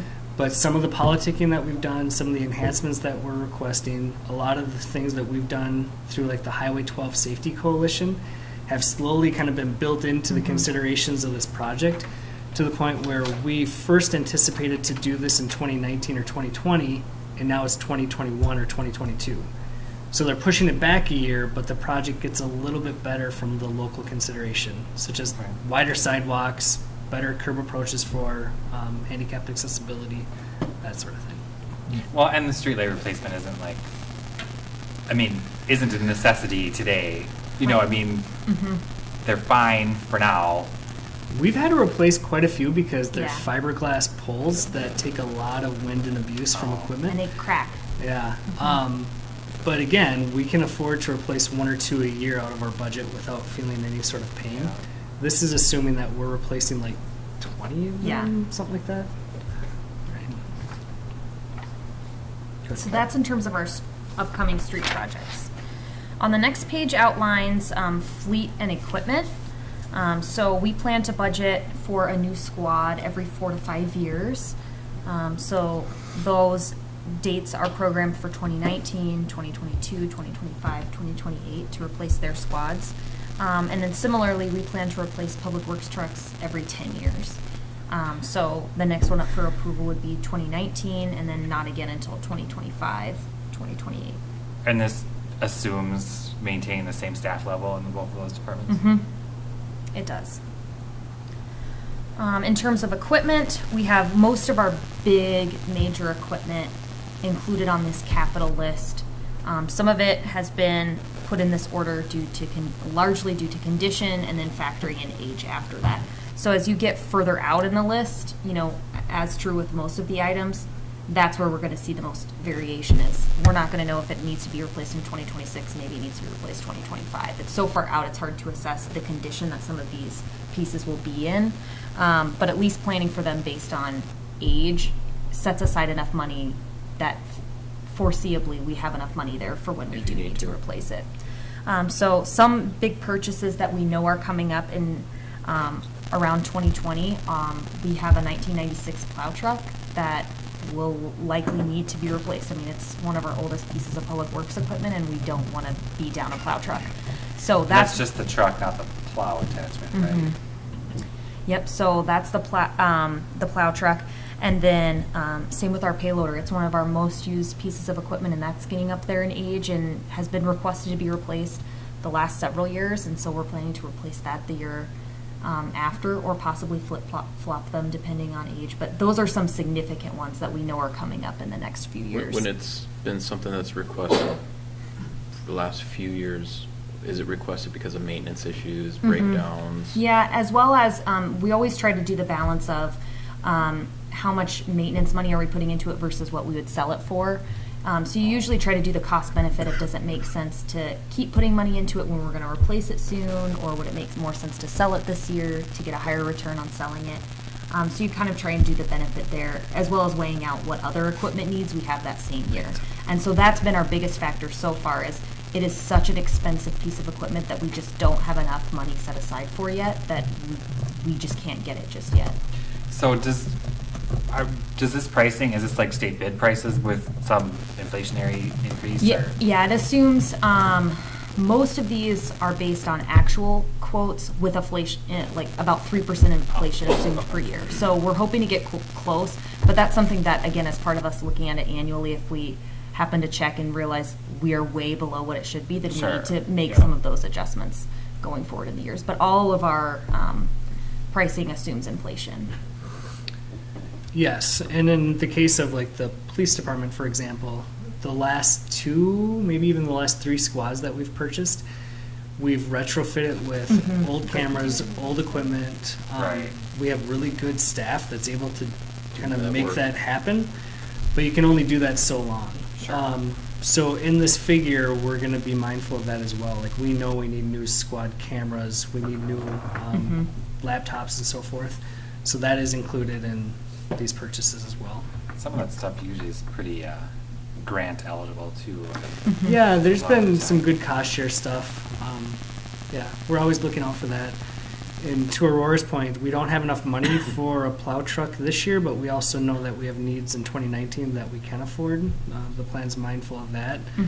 And of course, when we get to 2020 and we're looking at a $226,000 purchase, we're going to be smart about it too. Even if we have the cash, maybe it makes more sense to do an equipment certificate and Right. pay for it over 5 Right. years. Yep. This plan does not get to that level. Right. A mower in 19 and a mower in 24? Yeah, so we plan to replace mowers every 5 years. So we keep 2 mowers and we replace 1 every 5 years and cycle it down. Okay. So it's not the same mower being replaced every 5 years, if that makes sense. Yep. Similar to what we do with vehicles. Okay. We replace them on that particular vehicle once it reaches 5 years or whatever. So in terms of equipment for this year, we've already talked about the mower, I believe at the January meeting. An upcoming one I anticipate is a new mosquito sprayer, and then later in the year we'd look at a squad replacement and a public works truck replacement. On to the next, we're looking at technology and facilities. So again, technology is probably an area that we'd see updated more frequently as we know some pieces of equipment, especially as we're kind of doing a really good job right now of kind of inventorying some of our server and backup components for City Hall. But currently right now what we're budgeting for is some website upgrades. We keep a static figure for computer replacements since we have several within City Hall as well as in Public Works to be mindful that we set aside money for computer replacements. We just replaced our phone system, but I've budgeted to set aside money every 10 years, so in 2028, considering at that point. And then finally, we know that servers need to be replaced, and we already know that the police department server is in need of replacement. Likely ours will need to be replaced within this timeline too. So that's something where as we get new information, we'll add it to this plan and budget for. So within this year, we're considering likely some computer replacements, a server for the police department, as well as some upgrades to the website. So nothing in this technology plan for cable? Does that have its own? So most of the cable was all done last year. All upgrades for PAC-10. Again, as we discover this, we need to plan on this certain life cycle. We don't have any information that shows that we need to budget for that within this next 10 years. But again, at any time we discover that we need to do it, we'll add it to the plan. Okay. And if I could jump in, I think that's one area where probably within the next 6 to 12 months, we'll have a better understanding of where this is going. We just received our cable franchise agreement renewal notice, so that's coming up. You may recall that used to be an okay moneymaker for us. We no longer even budget that revenue, but we pay for the services of our department. Some of the things that we're looking at a really early topical level at the staff level is joining the Wright Sherburne Cable Commission, which would bring us in line with basically almost every other city in Wright County. That would be a dedicated staff person to handle our technology needs related to the community access channel, but it would also require us to just turn over our cable franchise money, and usually up front there's a relatively high buy-in to get caught up to the tech needs of every other city so that you start at a level playing field. At one point, we were the only non-charter communications city in Wright County or part of that agreement, so it really didn't make sense for them to bring us into the fold. We've talked about that before. Yeah, right. But now they have several different providers, and they also just recognize that cable TV is not cable TV. Like, it's going to be internet-based, different things of the sort. So I do see some changes coming with that group. We just don't have enough information now. Well, it seems like that equipment for cable, like the technology changes every 18 months anyway. So how do you even long-range plan for that? And where you're going to see different capacities, it's going to be cameras that are on a swivel so that someone in Elk River can tape your council meetings, or integrating to our website with live feed instead of YouTube, or improving the lighting here so that people at home can actually see you adequately. They're things that we don't necessarily need right now, but that could be put together in this plan as it moves forward. Okay. In terms of facilities, we haven't articulated super specific needs other than just setting aside a budget amount for specific facilities. These numbers are based off of the facility plan that we went through with BKV. They recommended like an overall dollar amount, and then we've basically divided that and plugged that in for various years. In 2019, we've proposed $5,000 for the library and $50,000 for City Hall PD. Some of the initial intention behind that. We know we have to replace the rooftop unit to City Hall. It's the same situation that we dealt with at the wastewater treatment plant. They no longer make parts for this. It's way past its useful life. It doesn't keep up in the summer. So things like that we're mindful of, as well as setting aside money for some of those, those bigger costs, like replacing carpet or, stuff like that that's just ongoing maintenance for a building that we need to make sure we set aside money for so we can chip away at them year after year. And you might see it flip-flop depending on what Exactly. happens. Yeah, I was just gonna say, Exactly. $5,000 for the library. We'll use space Maybe. heaters here. Kind of spent that one already. Yep. And then I think this is the last one, is our parks projects. So again, this is one that we've identified a lot, at least in the first few years, and then the later years will likely fill in as we continue to work through projects with the Parks and Planning Commission, and as the community speaks up and says we need this. Or I think what's mostly missing from this plan is, so we've identified in 2019 to begin work at the new Howard Lake Park at the former middle school site. We currently have this $273,600 in a dedicated, that was from park dedication fees, so it can only be used for new parks. Is that the total park dedication balance? Yes, it is. So that much we know we can spend towards this project. Whether or not we spend all of that in 2019 is doubtful, because that would mean we'd have to do a lot of construction. That'd be a lot going on in 2019. Right. I imagine some of it would be, but then what it doesn't really account for yet, because we haven't completed that plan for the new park, is then a phasing plan and how we want to budget. So that would have to be added to this too, as when we decide what amenities need to go in that new park and in what years. That may change the timeline of some of these other events, but hopefully we'll know that in the next few months as well. But like we mentioned earlier in tonight's meeting, we had budgeted $75,000 in 2019 for a Lions Park project, $5,000 for bathroom improvements at the park, and then in the next few years, working at correcting some drainage issues at Memorial Park and possibly replacing some play equipment there. Overall, doing bench replacements and some of those other kind of smaller park amenities in 2020. Adding a basketball court to Dutch Lake Park in 2021. And then some trash recycling replacements, adding some screening to our porta potties that are in all of our park bathrooms, and possibly adding a boat wash in 2024 to Lions Park. So those are kind of some high-level parks projects that we've discussed with the Parks and Planning Commission or heard from you as the council that we want to see. Kind of timed those out over the years as we've realized that we have enough park funds. What about the bathrooms at Memorial? Yeah, I was wondering about that too. So that's something that we can discuss, at least as we've mentioned it with, I think the full Parks and Planning Commission was there for this, but I know explicitly had this conversation with Mike Horn. If we want to do a similar bathroom to what we have now, it's about $250,000 to do something like that. So it's extremely expensive to do fully plumbed bathrooms, like you would see if we completely redid them. So more what we're seeing in places is to do, you wouldn't really want to call them a porta potty because they look so much different than that. They're a little bit more temporary. They're not fully plumbed. And so they're more similar to a porta potty in that regard, but you can still walk into them and they feel like a bathroom. So that would be maybe a more cost-effective option we could look at doing. So like not a sink, is that right? Well, it would have it can have a sink, but it's not like plumbed into our sewer lines and stuff like that. So it's a little bit more similar to a porta potty. It just feels like a larger bathroom. It's kind of hard to describe. So it's a permanent structure that uses composting instead of sewer. Typically they have a gravity feed water source, so you're using like non-potable like rainwater to wash your hands. You can also bring in clean water because that's way easier than sewer. Sewer's always the most costly thing to do.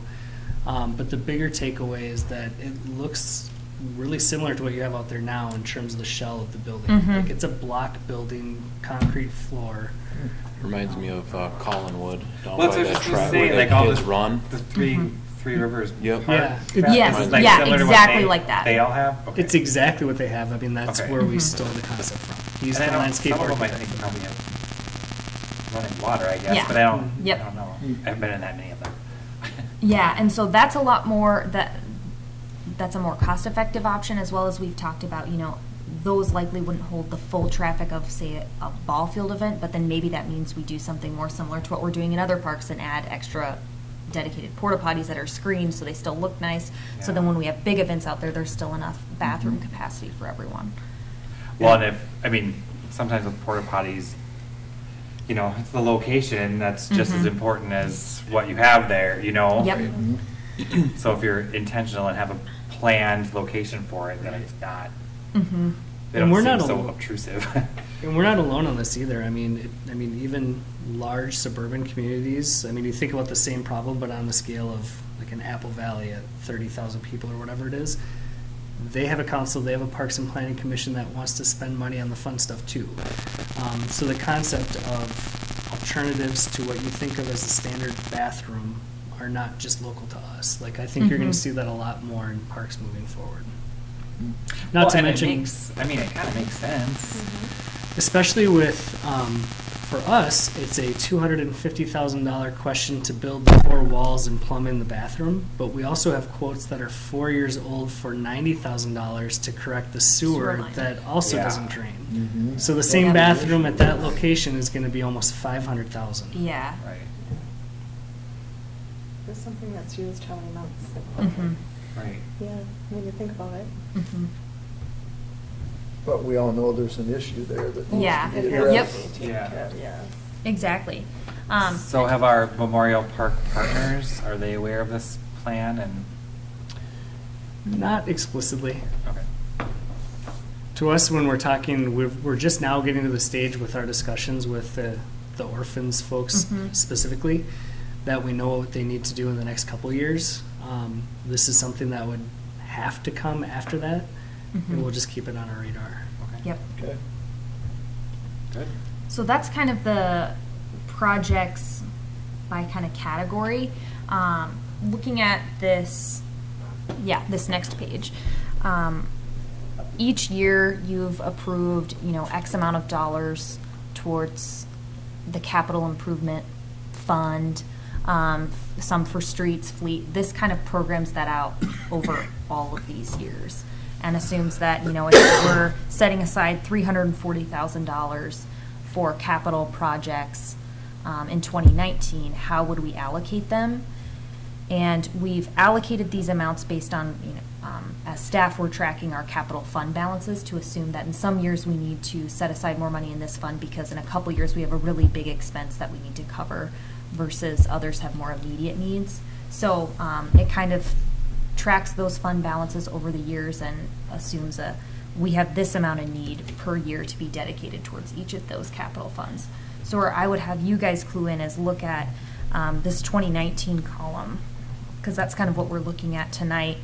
To say, if we had $340,000 to allocate, pursuing these projects in 2019, this is kind of where we would need to allocate those resources. $91,000 to our streets fund, $45,000 to fleet, $85,000 to equipment, $4,000 to technology, $60,000 to parks, $5,000 to our downtown fund, and then $50,000 as a sewer fund supplement. And just to be clear, the deficit that you see of $285,000 Mhm. includes potentially using the park dedication fund of $273,000. We've already discussed that that's not likely in 2019, so the fact that we're showing this deficit is Sure, and I So guess wait, the to be more deficit is- specific. that doesn't make sense. Yeah, right. So we have to track our total general fund reserves. And so in some years, the amount that you guys allocate to the capital fund, in this case in 2019, would be $340,000. But we have needs of about $575. I see.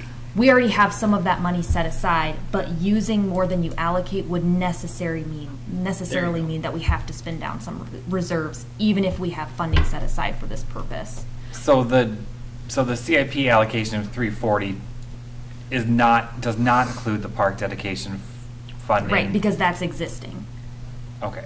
So by using that technically uses what can be referred to as general fund reserves, even though it's dedicated for I that see. project. So that's I where see. Shannon clues in a lot, because he wants to track our overall fund balance, our overall reserves. And so we want to be mindful of that, because in some years as we take on additional debt, we want to know, are we building reserves or are we spending reserves in any of these years? And so only in a few instances would we see that, yeah, we have to spend down reserves because these have larger projects that occur in 1 year, more than we could allocate 1 year's worth of allocations to. But park dedication isn't really general fund reserve. We went back and forth I- with Mr. Sweeney on that very point. Yep. He's quite adamant that it is. I mean, Even though it's restricted, Yeah. we could technically use it as a general fund. interesting. Yeah. So it's not really, it's a restricted general fund reserve, Mhm. really, Yeah. So. but not 100% restrict. I get Yeah. legally, we probably could use it for something other than a park, but Mm-hmm. politically, that would be stupid. Right, and we wouldn't, but we have to like be mindful of that, because it technically, like on our audit, like it gets counted towards Right, that. right. And so that's what he's making sure we're aware of. So if in fact we did spend all of that park dedication fee in 2019, which again is not likely, that's why you would see that I we'd be see. spending more in 2019 than we'd be allocating. Got it. So I just kind of wanted to make that clear, because it's a little bit confusing, but we're just, you're going to allocate every year to the capital fund, you're going to spend some, and sometimes you're spending more than you're allocating. But that's anticipated. Like Just all of this is. creative government accounting. Mhm. That's what we call it. Yeah. I think I just saw that recently. You're seeing it right now. Yep. Talk to this too. Or the Oh, reserve. Sorry, sure. I keep interrupting you. No, that's okay. But one thing Nick reminded me that we did want to point out is, given the extensive capital needs, this assumes, if you look at our total annual CIP allocation, we're assuming that we're going to contribute $20,000 more each year towards capital needs. Now, again, that'd be based on you guys approving that each year, but that's kind of what we went into our assumptions as we were tracking capital fund balances and timing out these projects. If you decide you don't want to allocate that much towards capital, that's where, again, we'd have to revise and say, okay, we don't have enough to do this project this year, we'd have to wait a year to do it. Yeah, and stepping back just a little bit from that too, we've tried pretty deliberately to do this for the last 6-7 years. I mean, Yeah. we 10, started 15. in 2012 with a capital allocation that was almost half, and we just were not keeping up. So this is not new. That trajectory has been intentional, but now we just have a really refined, here are our needs per year, we need to do this. Walking into the overall exercise, council gave us the overall direction to try to minimize giant spikes in your tax rate. So the overall assumption here is that our tax rate is going to remain relatively stable. With debt falling off, we'll do a little bit more. With debt coming on, we'll stop doing things. Likewise, this does not touch our utility fees at all. We don't go to a super high level of what this means for our enterprise funds. But again, the marching orders that you gave us at the beginning of this was do not touch utility fees. Mhm. Now, needs change. We could have a really bad year with I&I where we need to pay more. I don't think that's something to make a campaign promise and die on that sword. But at least in terms of building this model out, no utility fee increases for 10 years and a stable tax rate. And accomplishing all of these Right. improvements. Let's not forget that Yeah. piece of that too. And what I will say is, just by kind of tracking these projects year over year and looking at how kind of constrained the budget is at the beginning, we'll obviously have more needs identified as we get closer to the 2028 mark. But at least in tracking our capital fund balances, it's really exciting because you can tell that we're getting to a point where it's not like, well, we have to keep pushing these street projects out further Right. and further. We can do them when they need to be done instead of having to wait till way past their useful life. So that's also why we wanted to keep increasing the capital budget, is to make sure that, well, we don't accomplish these projects and then stop in 2028, because there's just as many street needs that are going to come 2029. Right. After that. So it kind of sets us up to continue to put money away for future street projects. Or where you're backed into a corner where like an Right. equipment certificate is your only option, and then that's not always the best option, but yeah, you have a plow broken down in the middle of Highway 12, what do you do? Yeah, we've been really fortunate to have adequate reserves because you guys have done a nice job being conservative when you need to be. I think the frustration that we've had at this level is not necessarily understanding if the particular need that comes in front of you is the most and the biggest need of the day or of the year.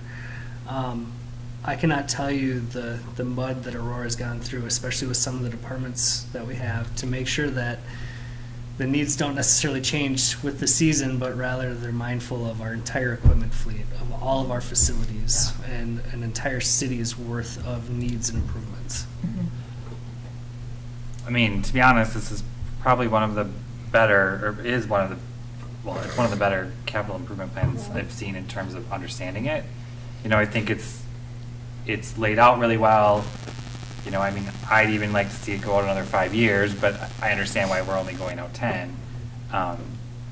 But to have the funding sources in each item laid out this way, I mean, it makes for easier decision making, right? I mean, that's the whole point. I mean, I Right. think if we get back to, you know, our work plan and our strategic plan, that's kind of what we're going for. So some of these things are not fun to buy, but you just kind of need them. Some of the things, some of these things are stuff we hear about on the street every day, and some of them are just things we know as a community we would like to have. So I think in that respect, it's a really good balance of, you know, a plan.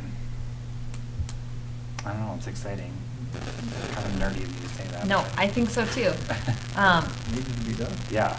Yeah, and like I said, it's something we'll come back and review annually. We'll likely add more to it as we identify other needs, and it'll really help us identify, you know, what the trade-offs are of changing project timelines Yeah. and things like that. Well, I feel like in past years, sometimes we have a capital improvement plan, and kind of in the back of our minds is like, well, if something happened, we'll just not, well, we just won't transfer that to the capital fund if we need it for something else. Well, that, I mean, that's not the best way to limp along, obviously.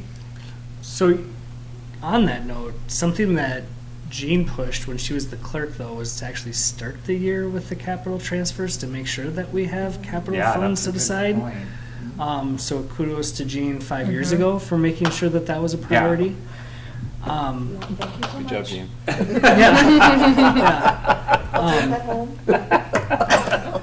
Still at work, Gene. So, yeah, I mean, we've done well, and like I said, we have the reserves to be successful, but this will help us to be better moving forward. The next thing that you're going to see is to make sure that we have a general fund reserve policy that says we do not step below that, like a specific dollar amount. Yeah.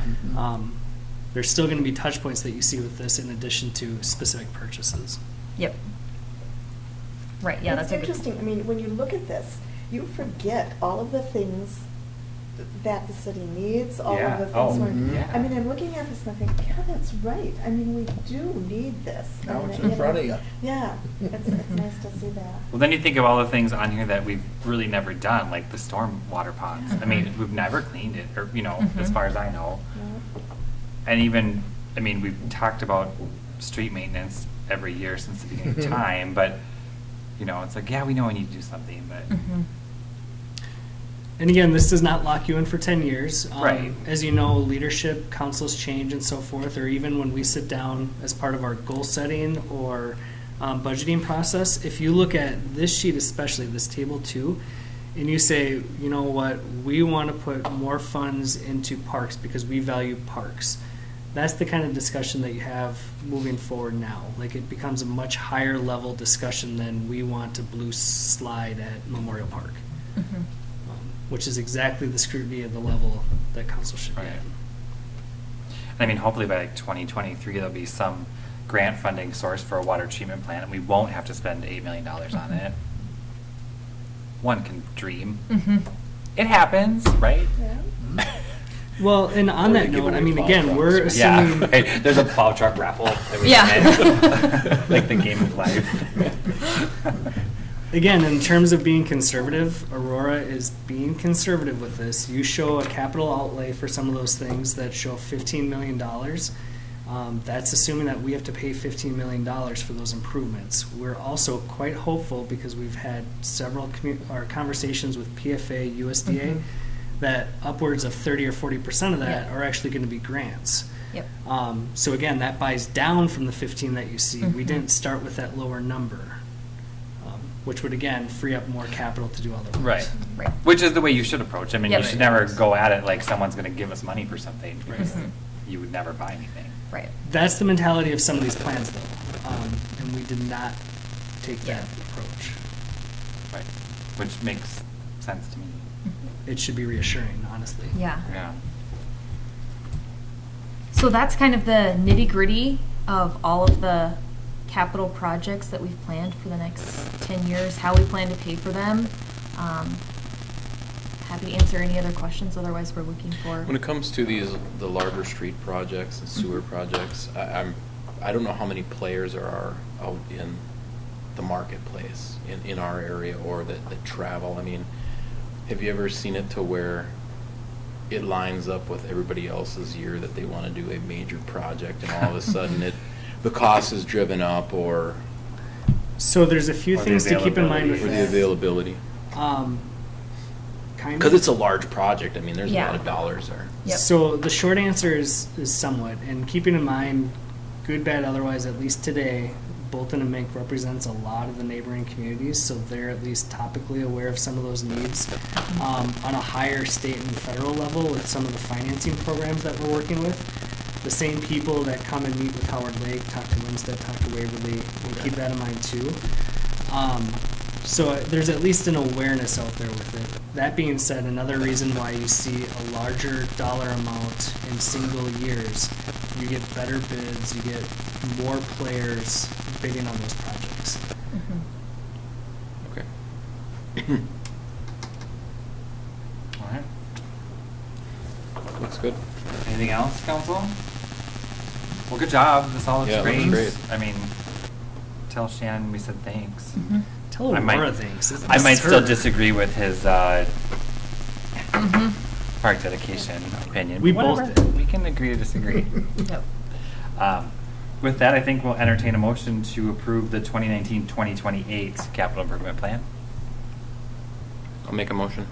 We have a motion. Is there a second? I'll second it. Go ahead, Tom. We have a motion and a second. Any further discussion from the council? All those in favor signify by saying aye. Aye. Opposed? Motion carries. We'll have fun carrying that one out, guys. It'll be an exciting next 10 years. All right, we have no old business that I'm aware of, right? So administrator's report, we have some upcoming meetings. Nick, do you need to go over any of those, or? No, I'll just use it as a reminder since we've had a pretty heavy meeting. Yep. You will likely have a special meeting next week. Afterwards, just call, text, email if you know of specific obligations during the Okay. week that you can't make. Okay. So with that, we'll entertain a motion to adjourn. I'll make the motion. Oh, Is there a way to open up one of the consent agenda items for discussion if I had any other further questions on it? You could ask Just one questions, quick but it question. has been approved. Okay. All right. Yeah, go for it. Item D, just a general question on it. Consider approving grants. downtown revitalization grant. Yep. Is there any stipulation on that when they're asking for, or they're submitting for that? I see $5,000 there. Is there anything saying that certain criteria has to be met? Like they do want to sharpen up maybe the front, their storefront area, but the rest of the area of a business might be in disrepair or whatever. Is there anything saying, yes, but this needs to be done too? So, as part of the program, when we piece together the specific programs like our local grant, the Small Cities Development Program, and some other state programs that are less likely to be participated in, we made it pretty intentional to be low-hanging fruit at the local level because we understood the application process for the state and federal funds takes anywhere from 6 to 12 months. You need to pay prevailing union wages on the labor that's brought into the building. So in general, we try to be as agreeable as possible to encourage the overall project to go forward. That being said, in addition to it, when I sit down with each individual property owner, I go over a single page sheet that's called like downtown maintenance guidelines. It's basically a bullet point at a high level that covers things like our nuisance code, our building code, and some other smaller items that kind of fall through the cracks. It's almost impossible for them to, or for us rather, to completely enforce that with the carrot stick of funding, but it's something that I go over with each individual grantee, and it's something that they've addressed as they go along. Okay. For example, I have a small laundry list on 2 of the previous grant recipients to follow up on additional work. Just a question on Yeah, that. it's a great question. It's more of a coaching, cheerleading versus hardline enforcement, though. Okay, thank you. Okay, we have a motion to adjourn. Do we have a second? I'll second. A motion and a second. Any further discussion from the council? All those in favor signify by saying aye. Aye. Opposed? Meeting adjourned. Do we have a workshop?